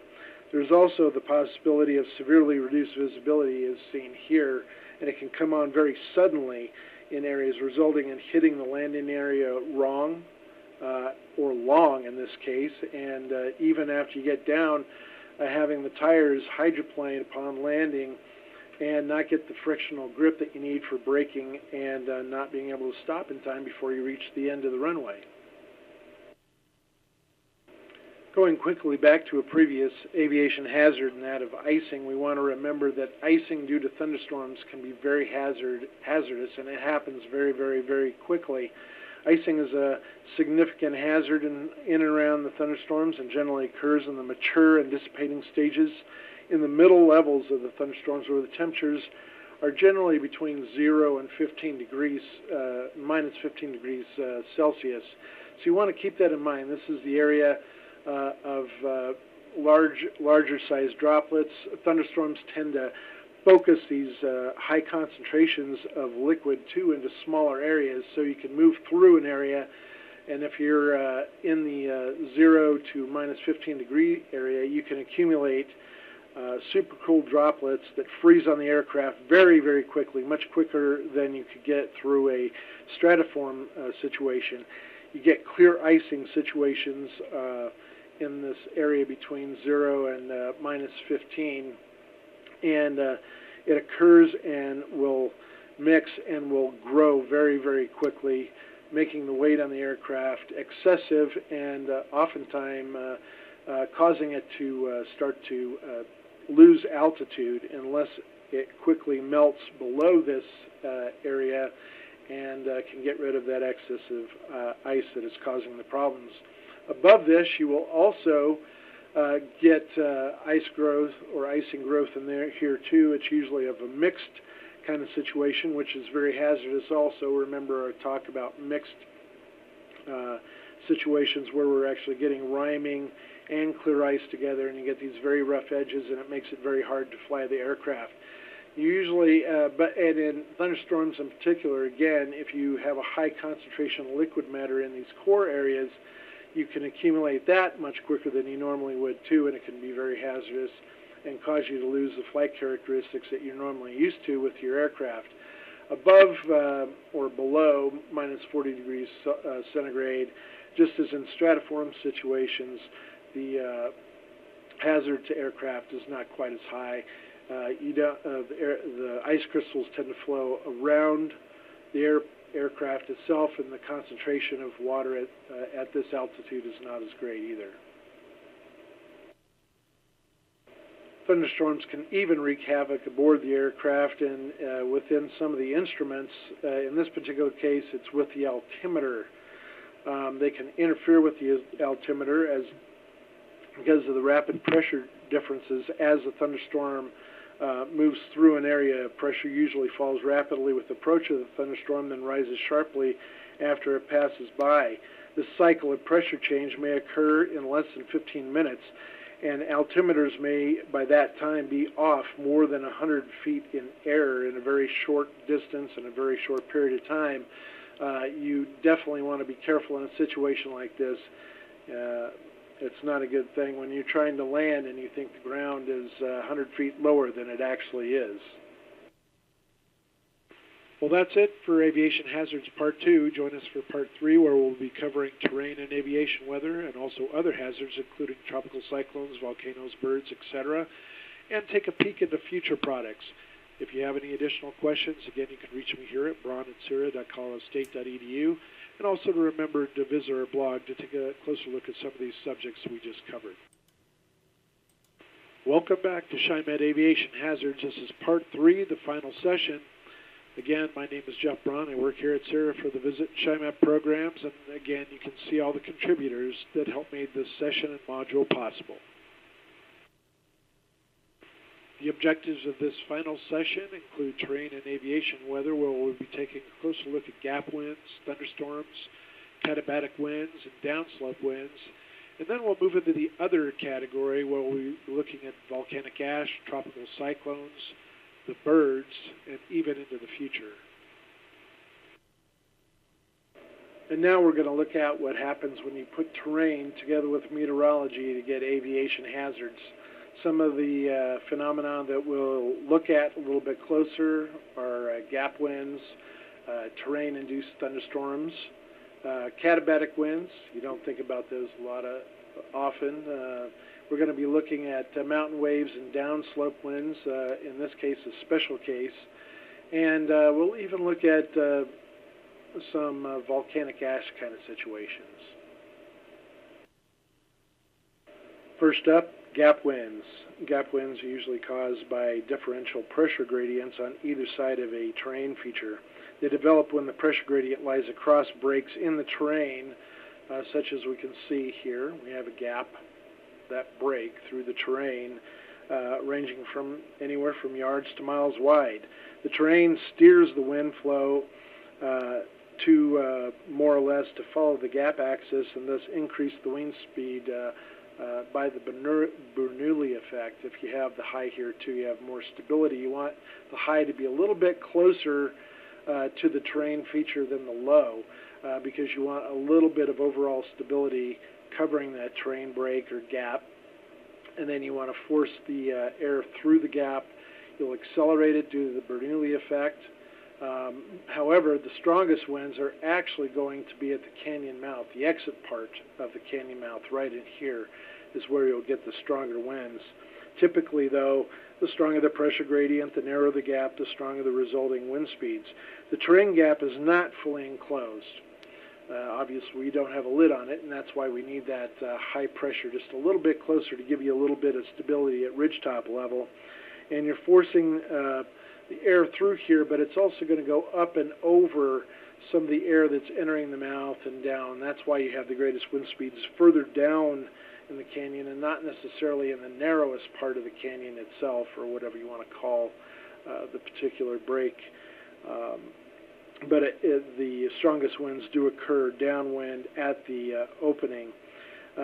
Gap winds typically blow over shallow depths from anywhere from several hundred feet to 1,000 or so feet, and they can reach velocities at the exit regions of nearly 50 knots at times. They're particularly hazardous, of course, to any airfields that may be located just downstream from the opening, or if this is a particularly popular area to soar or fly by at times.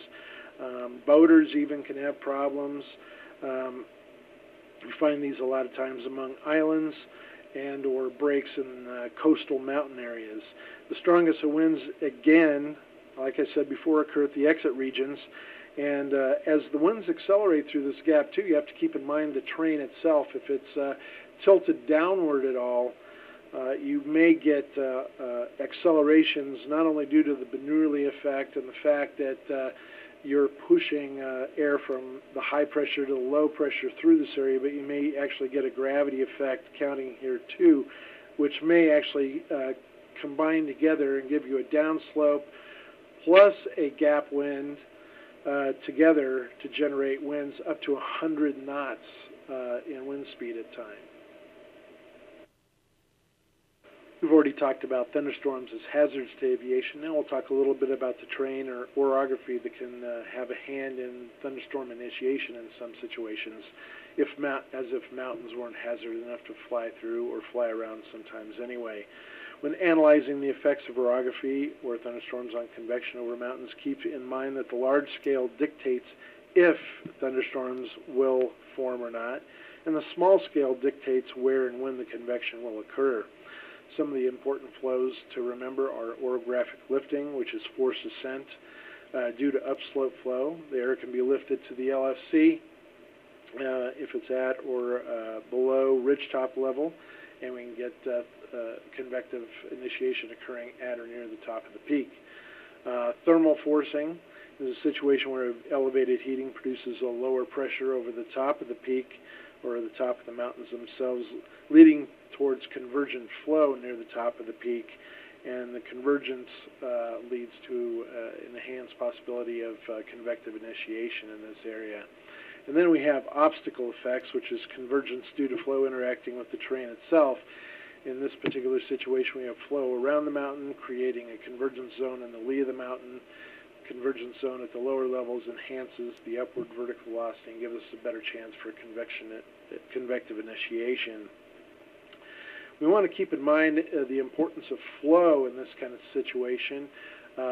Light flow in and through and over and around the mountains tends to favor thermal forcing, which is pretty obvious. It could be because you're not displacing any of the air upwind or downwind of the mountain in this situation, and you're using the peak and the elevated heating source to its full extent. Strong flow, however, moving in or over a mountain and thermal forcing becomes less dominant. As the ridgetop flow gets stronger, the effects of the solar angle become less important on cumulus initiation, and cumulus clouds tend to form downwind of the peak, much as the example here in the obstacle effect, unless the LCL is below mountaintop level, in which case the clouds of the cumulus would tend to form upwind of the peak. Thermal forcing effects are limited, while obstacle and dynamically driven effects, such as gravity waves and convergence flow here, mountain wave production, tend to dominate. Both mountains and winds are hazards to aviation, but you put them together and they can really spell trouble and wreak havoc at times. Talk a little bit about mountain waves and downslope winds. Mountain waves can aid in the lee slope acceleration of downsloping winds. Downslope windstorms are the results of strong low-level amplification of a mountain wave, and we'll look at a schematic of this in just a little bit. Mid and upper level stable layers are keys to amplifying the wave enough to trap the wind and help in its acceleration. And again, we'll look at a schematic in a little bit. Relatively steep lee slopes are needed to act on and are sensitive to the vertical structures of the airflow and the way the waves move around them. You need those steep areas for the winds to tumble over, just as you do in turbulence production as a river flows over and around rocks. And also, the sensitivity at times can make downslope winds hard to forecast. We'll move on and take a look at a schematic function here. And if you have relatively strong flow encountering a topographic barrier, the vertically propagating gravity wave is generated just down in the lee. And this is what we're actually looking for, this generation of the wave down here, because we need to break waves in order to trap airflow next to these lee side slopes. And that's why they need to be steep down here to help keep the momentum, and also for that wave breaking over here to trap them right next to the slope, so we get the strongest, most enhanced and highly turbulent flow in the area adjacent to where the mountain meets the plain in this particular situation. You'll often get a hydraulic jump axis down here, sometimes rotor clouds at the lower levels, sometimes lenticular clouds above, and obviously sometimes you can get lenticular clouds over the mountains themselves. We want to look at another little schematic here that also shows some of where the hazards are located in this particular situation. We get airflow in and around the mountains. We'll see the lenticular flow here. And if we have a stable area, remember, from ridgetop level up 100 to 200 millibars up from this, you need stability for these waves to actually form. Without that stability there, you won't actually get the mountain wave production and or the hydraulic downstream that you need to keep air trapped next to the surface. But these are all the areas that have the enhanced hazards, so you want to stay away from these if you're in any kind of aircraft, and that would be right next to the lee slopes themselves, where you can get strong vertically down sloping winds that actually tuck into the side of the mountain and can actually push you into the hill if you're too close.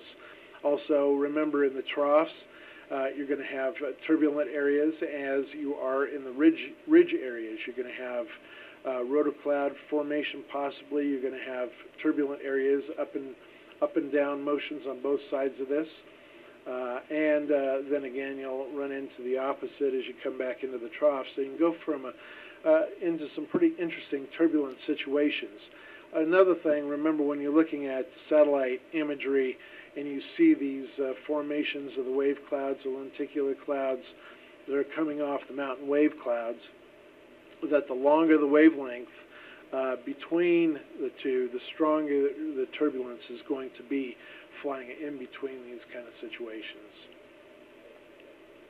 This is a special case of flow around or over a mountaintop that's going to give you very strong, turbulent downslope winds that can be very destructive at times, but they seem pretty benign at the time. In this kind of situation up here, you actually have flow around the mountain. The flow decreases over the top of the mountain, and you don't get the kind of production we're talking about. If you don't have the stability and you're open, you get a mild acceleration over the curved surface, but that's about it. The speed returns to what it was before you went over the top of the mountain. By the time you get over on the lee side, not much difference in wind speed. Now, if you have stability from ridgetop level on up, again through the first 100 to 200 millibars. You want to keep that in mind. You'll get the enhanced speed from the curved flow over the mountains, plus you'll get a Bernoulli acceleration between the stable layer at and above ridgetop level as it's squeezed over the mountaintop. So now you have enhanced flow down the lee side of the mountain. Now you start building the wave itself, that enhanced flow, that stable layer area at or above ridgetop level. You start increasing that wave over the mountain itself until it finally moves out and it breaks out in the lee. And this wave breaking, this is where the hydraulic jump was that we saw before in the first schematic. You need this breaking right in this area in the lee in order to trap that flow right next to the surface and that steep surface itself. Remember, that's another reason that we need the steep lee slope here, is to help get this wave breaking. If it's a really gentle slope like this, you're just not going to be able to generate the wave breaking in the lee that you need. But once you have that wave breaking out here, you see those waves clouds out to the lee side and out or east or west of the mountain itself. It'll pin that flow right next to the steep lee surface, and you'll have strong destructive winds. And the funny thing is here, you only need flow at ridgetop level in the 20 to 25 knot range, which is nothing. But by the time you get the flow pinned next to the surface and accelerated by the Bernoulli effect and the curved flow of the mountains and the addition of gravity, you have all those things coming together in this situation.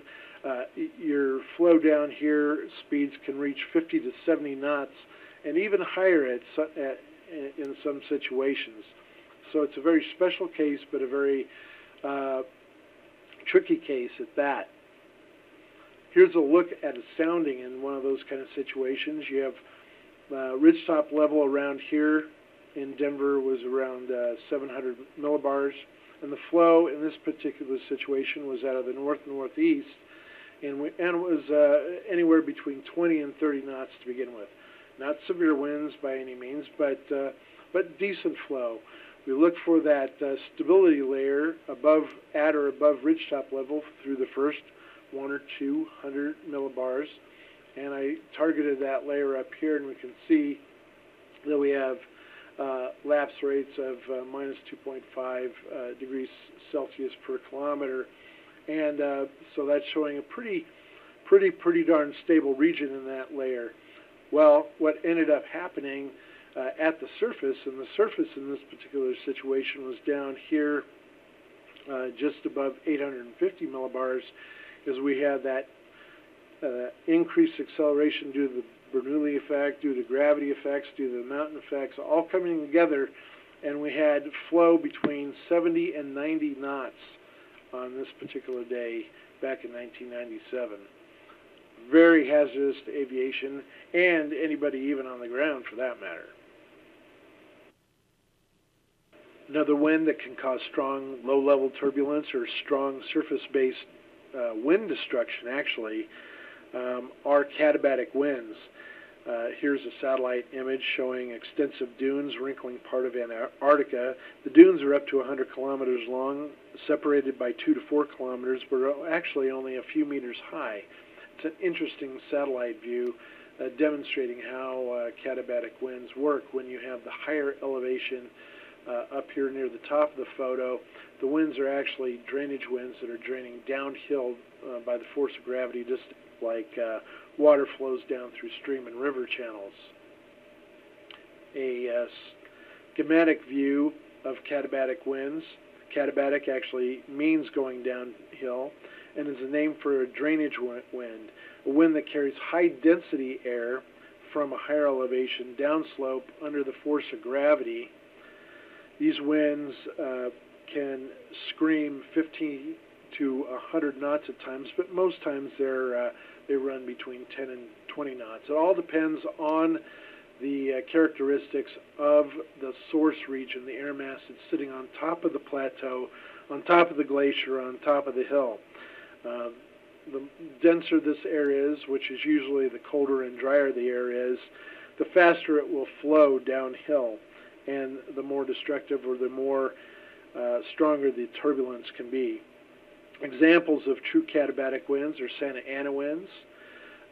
Even though they are considered relatively warm and dry, they are very destructive, and they wreak havoc with fires and also causing a lot of turbulence and or just out-and-out destruction at times, depending on how fast they're flowing. But they are very good at fueling fires to begin with, but they can cause a lot of turbulence for aviation purposes too.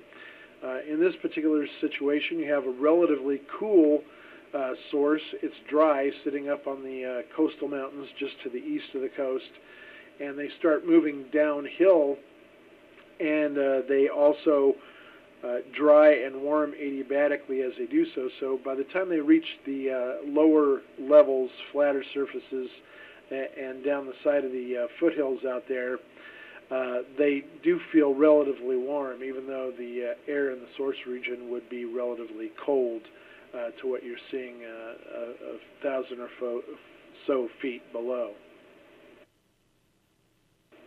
Although volcanoes are geologically earthbound, the ash that issues forth from them is not. Worldwide, there are some 500 airports that lie within 100 kilometers of active volcanoes. And you can see from this picture alone how the ash that issues forth from them could be a hazard not only to ground operations but also to the aircraft in the air. Potential hazards to aircraft are generally related to the intensity of the eruption and where the aircraft is in relation to the eruption itself and what stage the eruption is in. For smaller eruptions, they tend to be a hazard for ground operations and for aircraft taking off and landing at the airports themselves, while larger eruptions not only affect those operations, but also can affect long-distance flights in the air over a long period of time. Volcanic ash forms during explosive eruptions when gases dissolved in the molten rock are under great pressure to expand, and they expand violently in the air, essentially blowing up. And the force of the escaping gas causes these rock pieces to shatter and causes the ash to float in the air. Once airborne, the momentum carries the hot ash along with the buoyancy effects up into the air, creating good upward vertical velocities, and it can quickly rise all the way up to 30,000 feet or more in some cases. Volcanic ash damages many parts of aircraft. The ash particles can affect external and aerodynamic surfaces of the aircraft, especially the windshield and the windscreen. Windscreens become etched and then obscured, and sometimes can even crack due to the ash, the hardness of the ash and the way that it reacts with the glass itself. As a matter of fact, there's documentation of the frequency of the cost of the damage to the windscreens that were so great at times that it actually sparked the alert system development that we have currently today. Here's a look at the northwest up in the Alaska region, and you can see from here that these are flight routes over this highly active area, and you can see how easily we need advanced observation and forecasting systems for these remote volcanic plume development. I mean, we've had over the past few years lots of volcanoes erupting along the Aleutian Arc here, and with all this traffic moving between Asia and North America right through the Ring of Fire area, you can see how important this kind of forecasting can be. Then we also have not only the hazards to the aircraft and the air itself, but hazards to airports. The volcanic ash can disrupt operations on the ground. It can cause slippery surfaces for aircraft landing or taking off. The primary hazard to airports from volcanoes is ashfall itself. It can cause loss of visibility, also structural damage if it's heavy enough on the aircraft or heavy enough on the buildings that support the airports themselves. It can actually crash or break in roofs. And, of course, ash in the airspace around airports and some distance away can damage in-flight aircraft like the engines, cause flameouts. All sorts of troubles can arise from this. There's a new session concerning mainly volcanic ash itself that will be coming out soon. We encourage you to go and look at that one too and see how volcanic ash is taken care of not only in North America but worldwide.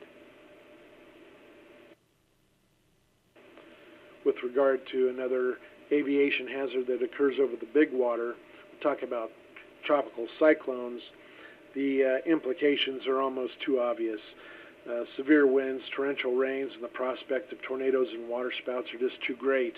Over today's forecasting of the intensity and movement of cyclones is much improved over the years, and we now have good technology not only to help forecast and gather data for the models, but also to monitor such as those great satellites that orbit Earth. We can track and monitor, keep tabs on these cyclones as they move, and this information helps us be able to forecast better positions over a period of time, which will help the aircraft avoid the area altogether or give a warning to the airports that are lying in its path, and so they can batten down the hatches and defer aircraft to other areas.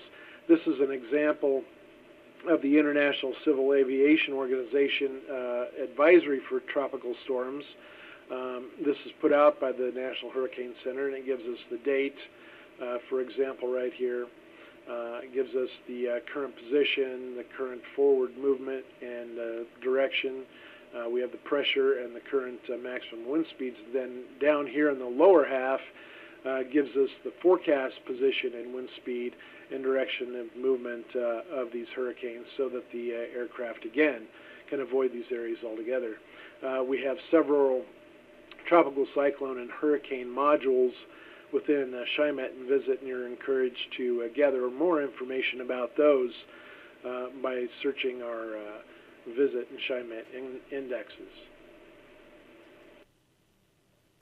Here's a good example of satellite images and tropical cyclones together and what you can gather from them. This is a loop of images from GOES 13, infrared images, 10.7 microns, that when put together shows on the outside periphery of the storm, not even in the core, we have this extreme transverse banding going on. And remember from our case examples with the jet stream transverse banding, this is an indication of very strong turbulence. So even though you might be trying to avoid the core areas where you have the intense convection and obviously the stronger winds in here, you may encounter extreme turbulence along the periphery areas, and a good way to monitor that is by looking at the satellite images and picking up these indicators shown here with the transverse banding that you have severe turbulence. The birds. No, this isn't the classic horror story made by Alfred Hitchcock back in the early 60s, but it is a horror story in and of itself. On January 15th, 2009, at a little after 3 in the afternoon, U.S. Airways Flight 1549, an Airbus A320 aircraft, experienced multiple bird strikes following a takeoff from LaGuardia Airport in New York City. The birds were ingested by both engines and caused significant loss of thrust. And then due to the thrust loss, the aircraft was unable to maintain level flight, and the crew had to dump it in the Hudson River. 150 passengers, 5 crew members were evacuated by the out of the aircraft and were rescued by local ferry operators and boaters in the area, as you can see right here, taking them out of the water. It's interesting that the flight data recorder showed that from takeoff to the first bird strike was roughly a minute to a minute and a half, and it took another 2.5 minutes to bring it down. So a few birds bringing down this giant aircraft. You can see what kind of damage they were. The birds themselves were 5 to 10 pound Canadian geese, and that's all it took to get into the engines and bring the aircraft down. It's interesting, according to Embry-Riddle Aeronautical University, Statistics of bird strikes in the United States alone cost the economy about $300 million a year, and that's just here in the United States.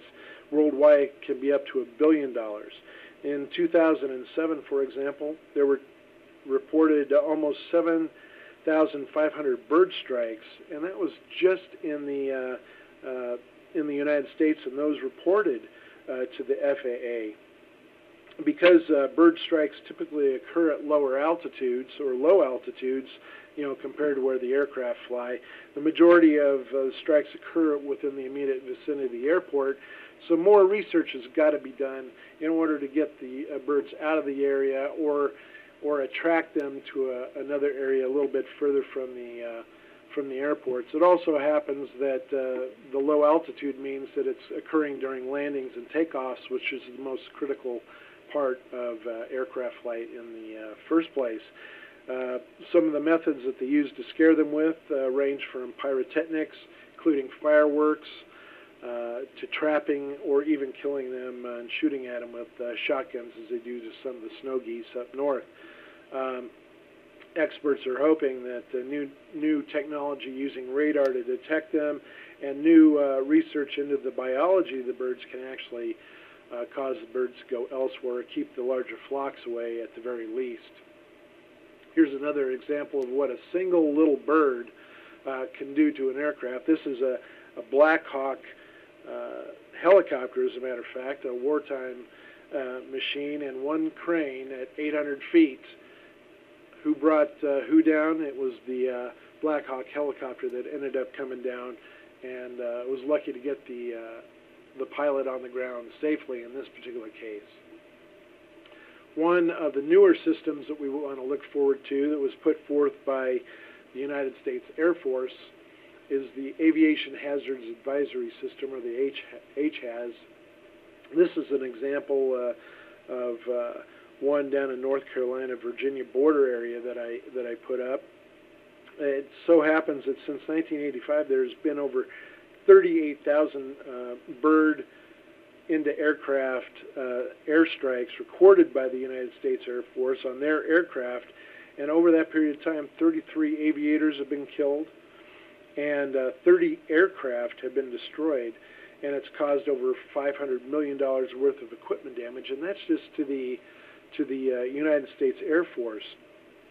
HAZ is an online real-time geographic information system, or GIS, used for bird strike planning and risk evaluation.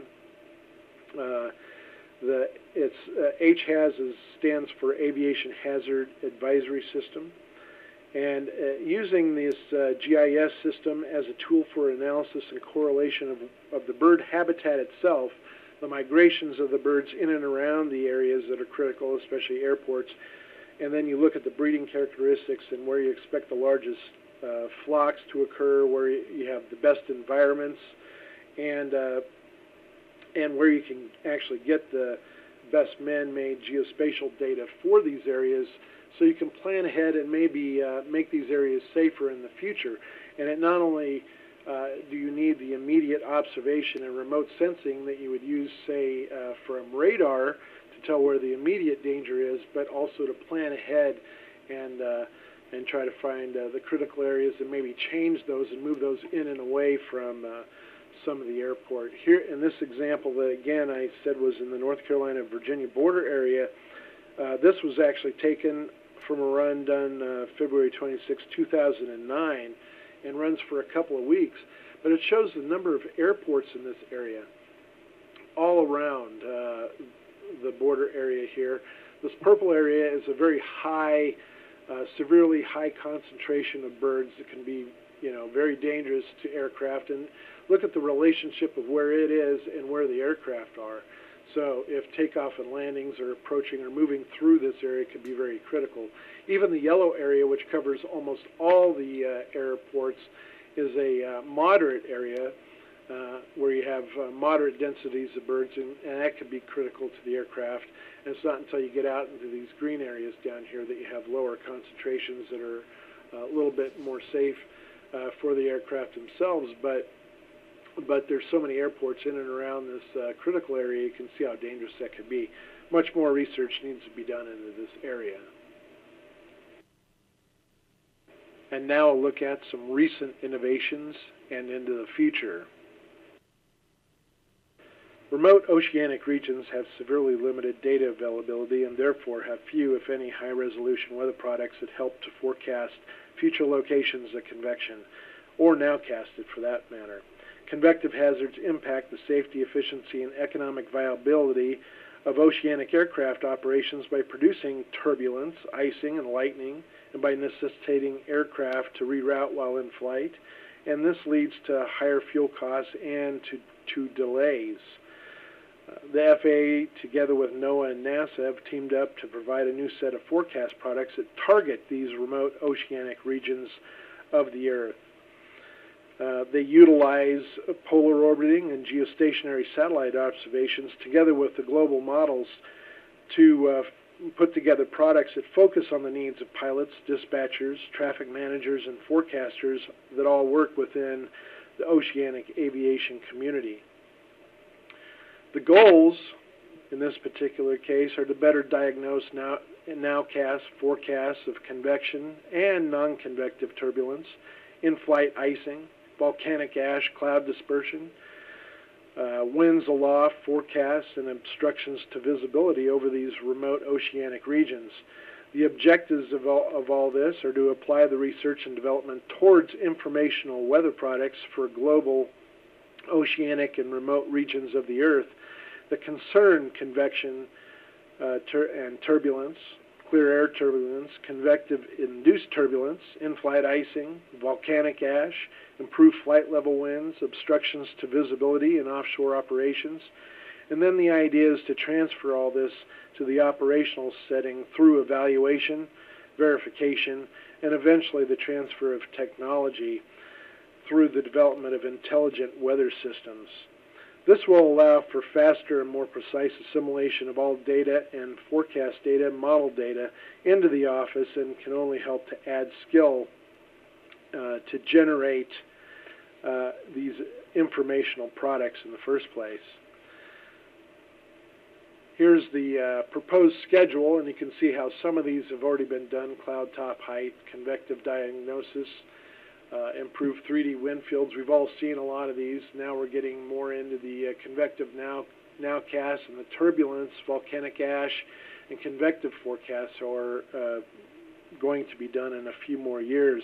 Another side note is a lightning detection mapper, in-cloud mapper. This is for in-cloud lightning, not cloud-to-ground lightning. Will also be available for oceanic forecasting when GOES-R becomes operational towards the end of the next decade. And just how are new products developed and tested within the aviation community? Well, the aviation test bed.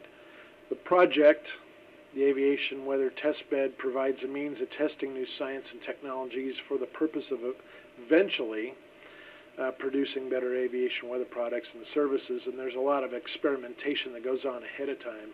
The purpose to provide a path for operational use to experimental products, invite the participation of third parties, sometimes that can be yourself out there in the offices, provide a test environment for the purpose of refining and optimizing these forecast tools. Again, a lot of you guys in the office may be used as guinea pigs to verify the scientific validity of experimental products, and again, that can be you as well as the people who are offering the new tools.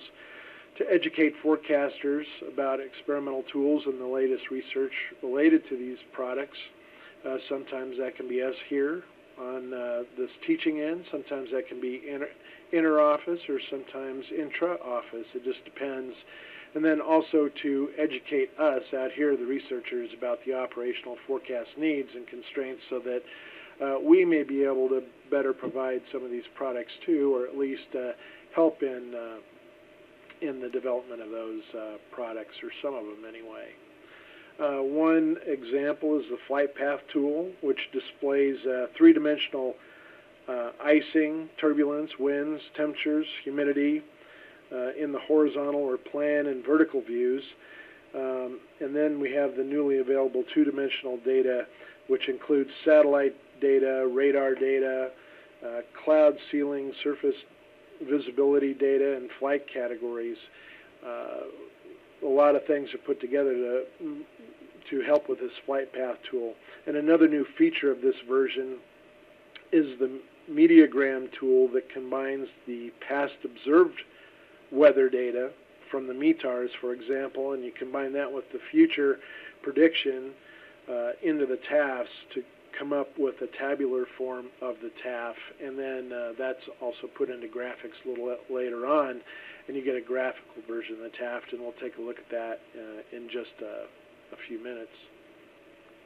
Here's another example of the National Ceiling and Visibility Analysis product, or the NCVA. Everything's got an acronym. Here in this particular case we have visibility overall that is graded in the colors, and you can see what they are, visibilities according to the color here. And then it's also put together with the various flight categories, you know, ranging from visual, which would be in the blues over here on the outskirts here, all the way down to IFR and LIFR here in the purples and the reds. So you can tell at a quick glance what you've got in this particular case according to visibility anyway. Then we come into another experimental product that is part of this test bed. It's the graphical AirMet display, or GAirMet. The new graphical AirMet product is a decision-making tool that's based on weather snapshots in time that are displayed at a short time intervals and very close together, so you can make good decisions on nowcasting. The GAirMet identifies hazardous weather in space and time, or spatially and temporally, more precisely than text products, because you can just look at it real quick and kind of get an idea of what's going on here without having to read the whole thing. And some people are more graphical oriented anymore. That seems to be the way of things. And this helps enable pilots to maintain high safety margins while flying more efficient routes, and you can do this in flight without taking too much time away from what you're doing. In this particular example, we have ceiling and visibility that are outlined, the critical areas that are outlined in the purples here, so you can quickly glance at the IFR areas, and then we also combine that together with low-level turbulence in the brown areas, so you kind of know what you're flying into, whether you're doing a cross-country trip or you're just doing it locally. Here's another interesting graphic. It's a forecast tool, actually, put together by NCEP, a short-range ensemble forecasting system, or SREF as you guys know it, for aviation over the CONUS and Alaska too. This one happens to be over the CONUS. That includes flight restriction probabilities, and that's what this one is. This is the probability for LIFR conditions, the forecast for that. So you can kind of look ahead to see what you're expecting in the next 3 to 6 hours, where you're expecting conditions to be the worst overall. Kind of a very interesting graphic in this particular situation.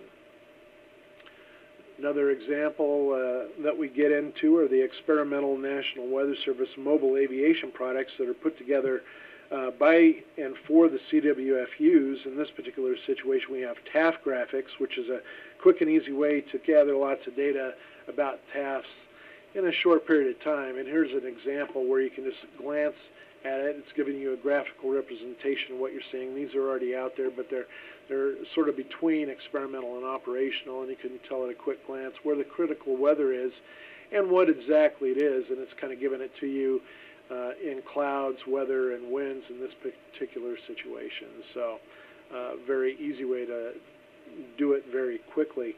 Another one we have here is an overlay, experimental display overlay, that's put together by the AWC. And in this particular situation, it can displaying AirMet's turbulence and Piret's turbulence for last February 11th, 2009.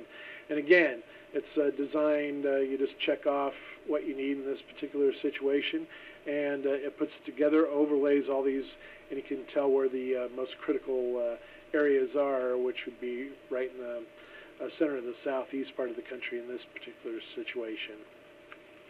And then we finally are looking at another experimental product called the LROD Index. This index results from an objective technique for forecasting clear air turbulence. The index is calculated based on the product of horizontal deformation along with the vertical wind shear derived from numerical models. In this case, it uses either together the WRF and the NAM to put these together. And then in this situation, we're looking at the layer between 18,000 feet and 24,000 feet, and it tells you the most critical layers for clear air turbulence and where to expect that based on the model forecasts. So pretty interesting stuff that we've got going on experimentally right now, and we can look forward to operationally in the future. Most weather radars, such as the National Weather Service's NEXRAD 88D radar, transmit radio wave pulses that have a horizontal orientation. Polarimetric radars, also referred to as dual polarization radars, transmit radio wave pulses that have both horizontal and vertical orientation. The horizontal pulses eventually give a good measure of the horizontal dimensions of the cloud and precipitation going on, while the vertical pulses essentially give a measure of the vertical dimensions of all this. So you put that together, you get a better three-dimensional view of the cloud and the processes within. These improvements associated with polarimetric radars come from their ability to provide previously unavailable information on clouds and precipitation, such as the particle size, shape, and density of the particles within the clouds themselves and how they are moving three-dimensionally within the clouds. To meteorologists, what does this mean? Polarimetric radars can significantly improve the accuracy of the estimates of the amount of precipitation. Polarimetric radars can tell the difference between very heavy rain and hail, which can significantly improve flash flood watches and warnings. And like in this example here, we have the 88D 1 hour rainfall estimate here on the left with the new high-res dual polarization attached to it, those algorithms, while on the right over here is the legacy version.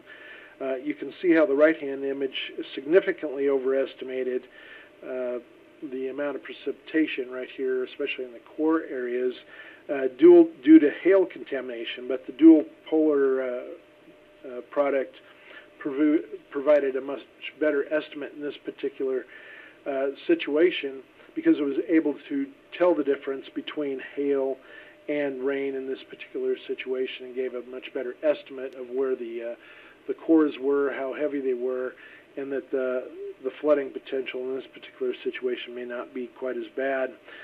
Polarimetric radars can also identify the type of precipitation and winter weather forecasts that can help improve forecasts of the liquid water equivalent or the snow depth, for example. They can also and are more accurate than conventional radars, and this in itself helps save forecasters an additional step of having to verify the radar data. So you guys can all look forward to that when you get the new dual polar radars in your particular CWA. And finally, they can also contribute to increased lead time. That's very important in all these kind of situations, especially hydraulically, where you would have flash flood conditions or winter weather hazard warnings going on, and you need to tell the difference between types of precipitation and tell where the rainfall is actually occurring. Another new recent innovation / tool that's out there is the NEXRAD turbulence detection algorithm that is sponsored by the FAA. And as a matter of fact, it was new to the RPG Build 10. It's still out there, but it's essentially invisible to AWIPS users for right now anyway.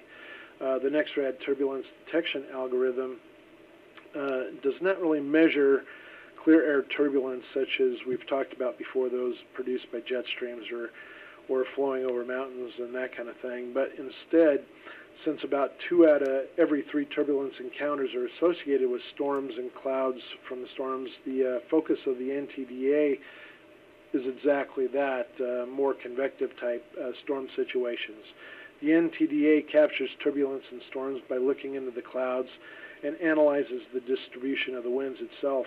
It reprocesses the radar data to remove these factors, the noise, that can contaminate the measurements, such as sunlight, nearby storms, or even swarms of insects that are near the radar.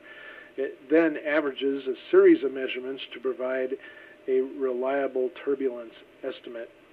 The NTDA utilizes radar reflectivity, the radial velocity, and the spectrum width data altogether to perform quality control measurements and to produce eddy dissipation rates estimates. It is anticipated that in the very near future, NTDA will eventually be implemented on all NextRad radars. And even if it's there right now, you can't really use it right now, but it hopefully will be readily available to all potential operational or research-oriented people and their purposes.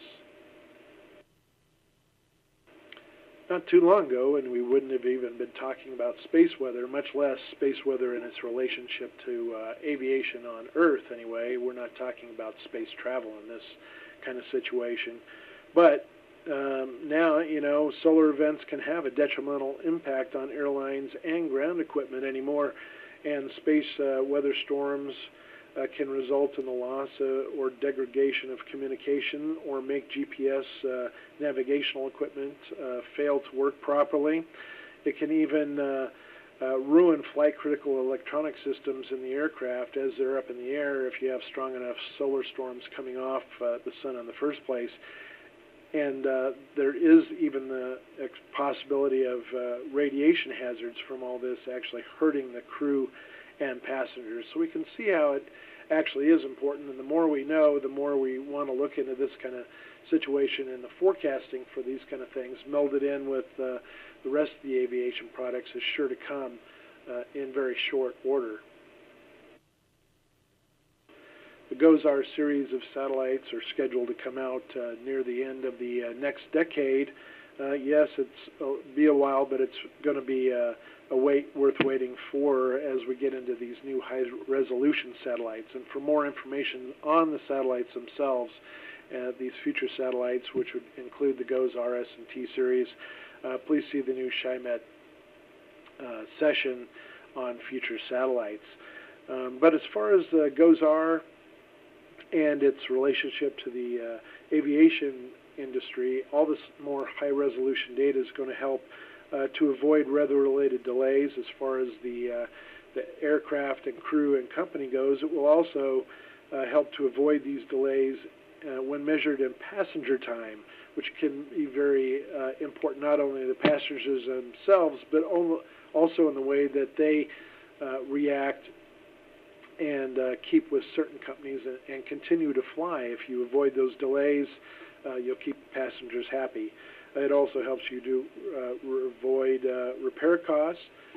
For example, in geologically related situations like volcanic ash plumes, which we talked about already, and also the loss of life or aircraft or damage to the aircraft that can be incurred from these ash plumes. We'll have technology that's much better suited to look at, follow, examine the ash plumes and therefore avoid those.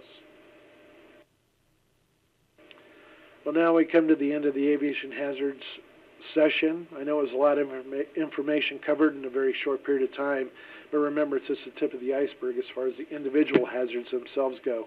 And for much, much, much more information on each of those hazards and where we got the data and information for those, you can click on the Show URL button below, and it will take you to a site link that'll have all that information and where to go for more information. Or you can get to that from the end of the talking points that you can get from the student guide and get to the same information. I just ended with a quick look at some modest clouds from underneath a good severe storm in this particular situation. Remember, modest clouds result from the sinking of moist air into relatively dry air, and that's why they're good indicators of turbulence, strong to severe to sometimes extreme turbulence. Interestingly enough, if you were looking at this from above, a satellite view, you would also see dimpling in the same areas above that would further support strong to severe turbulence within the thunderstorm. Well, that's it. That's the end of the Chatmet Aviation Hazards Part 3 program. It's also the end of the entire module. You can now proceed on to the LMS to take the final quiz.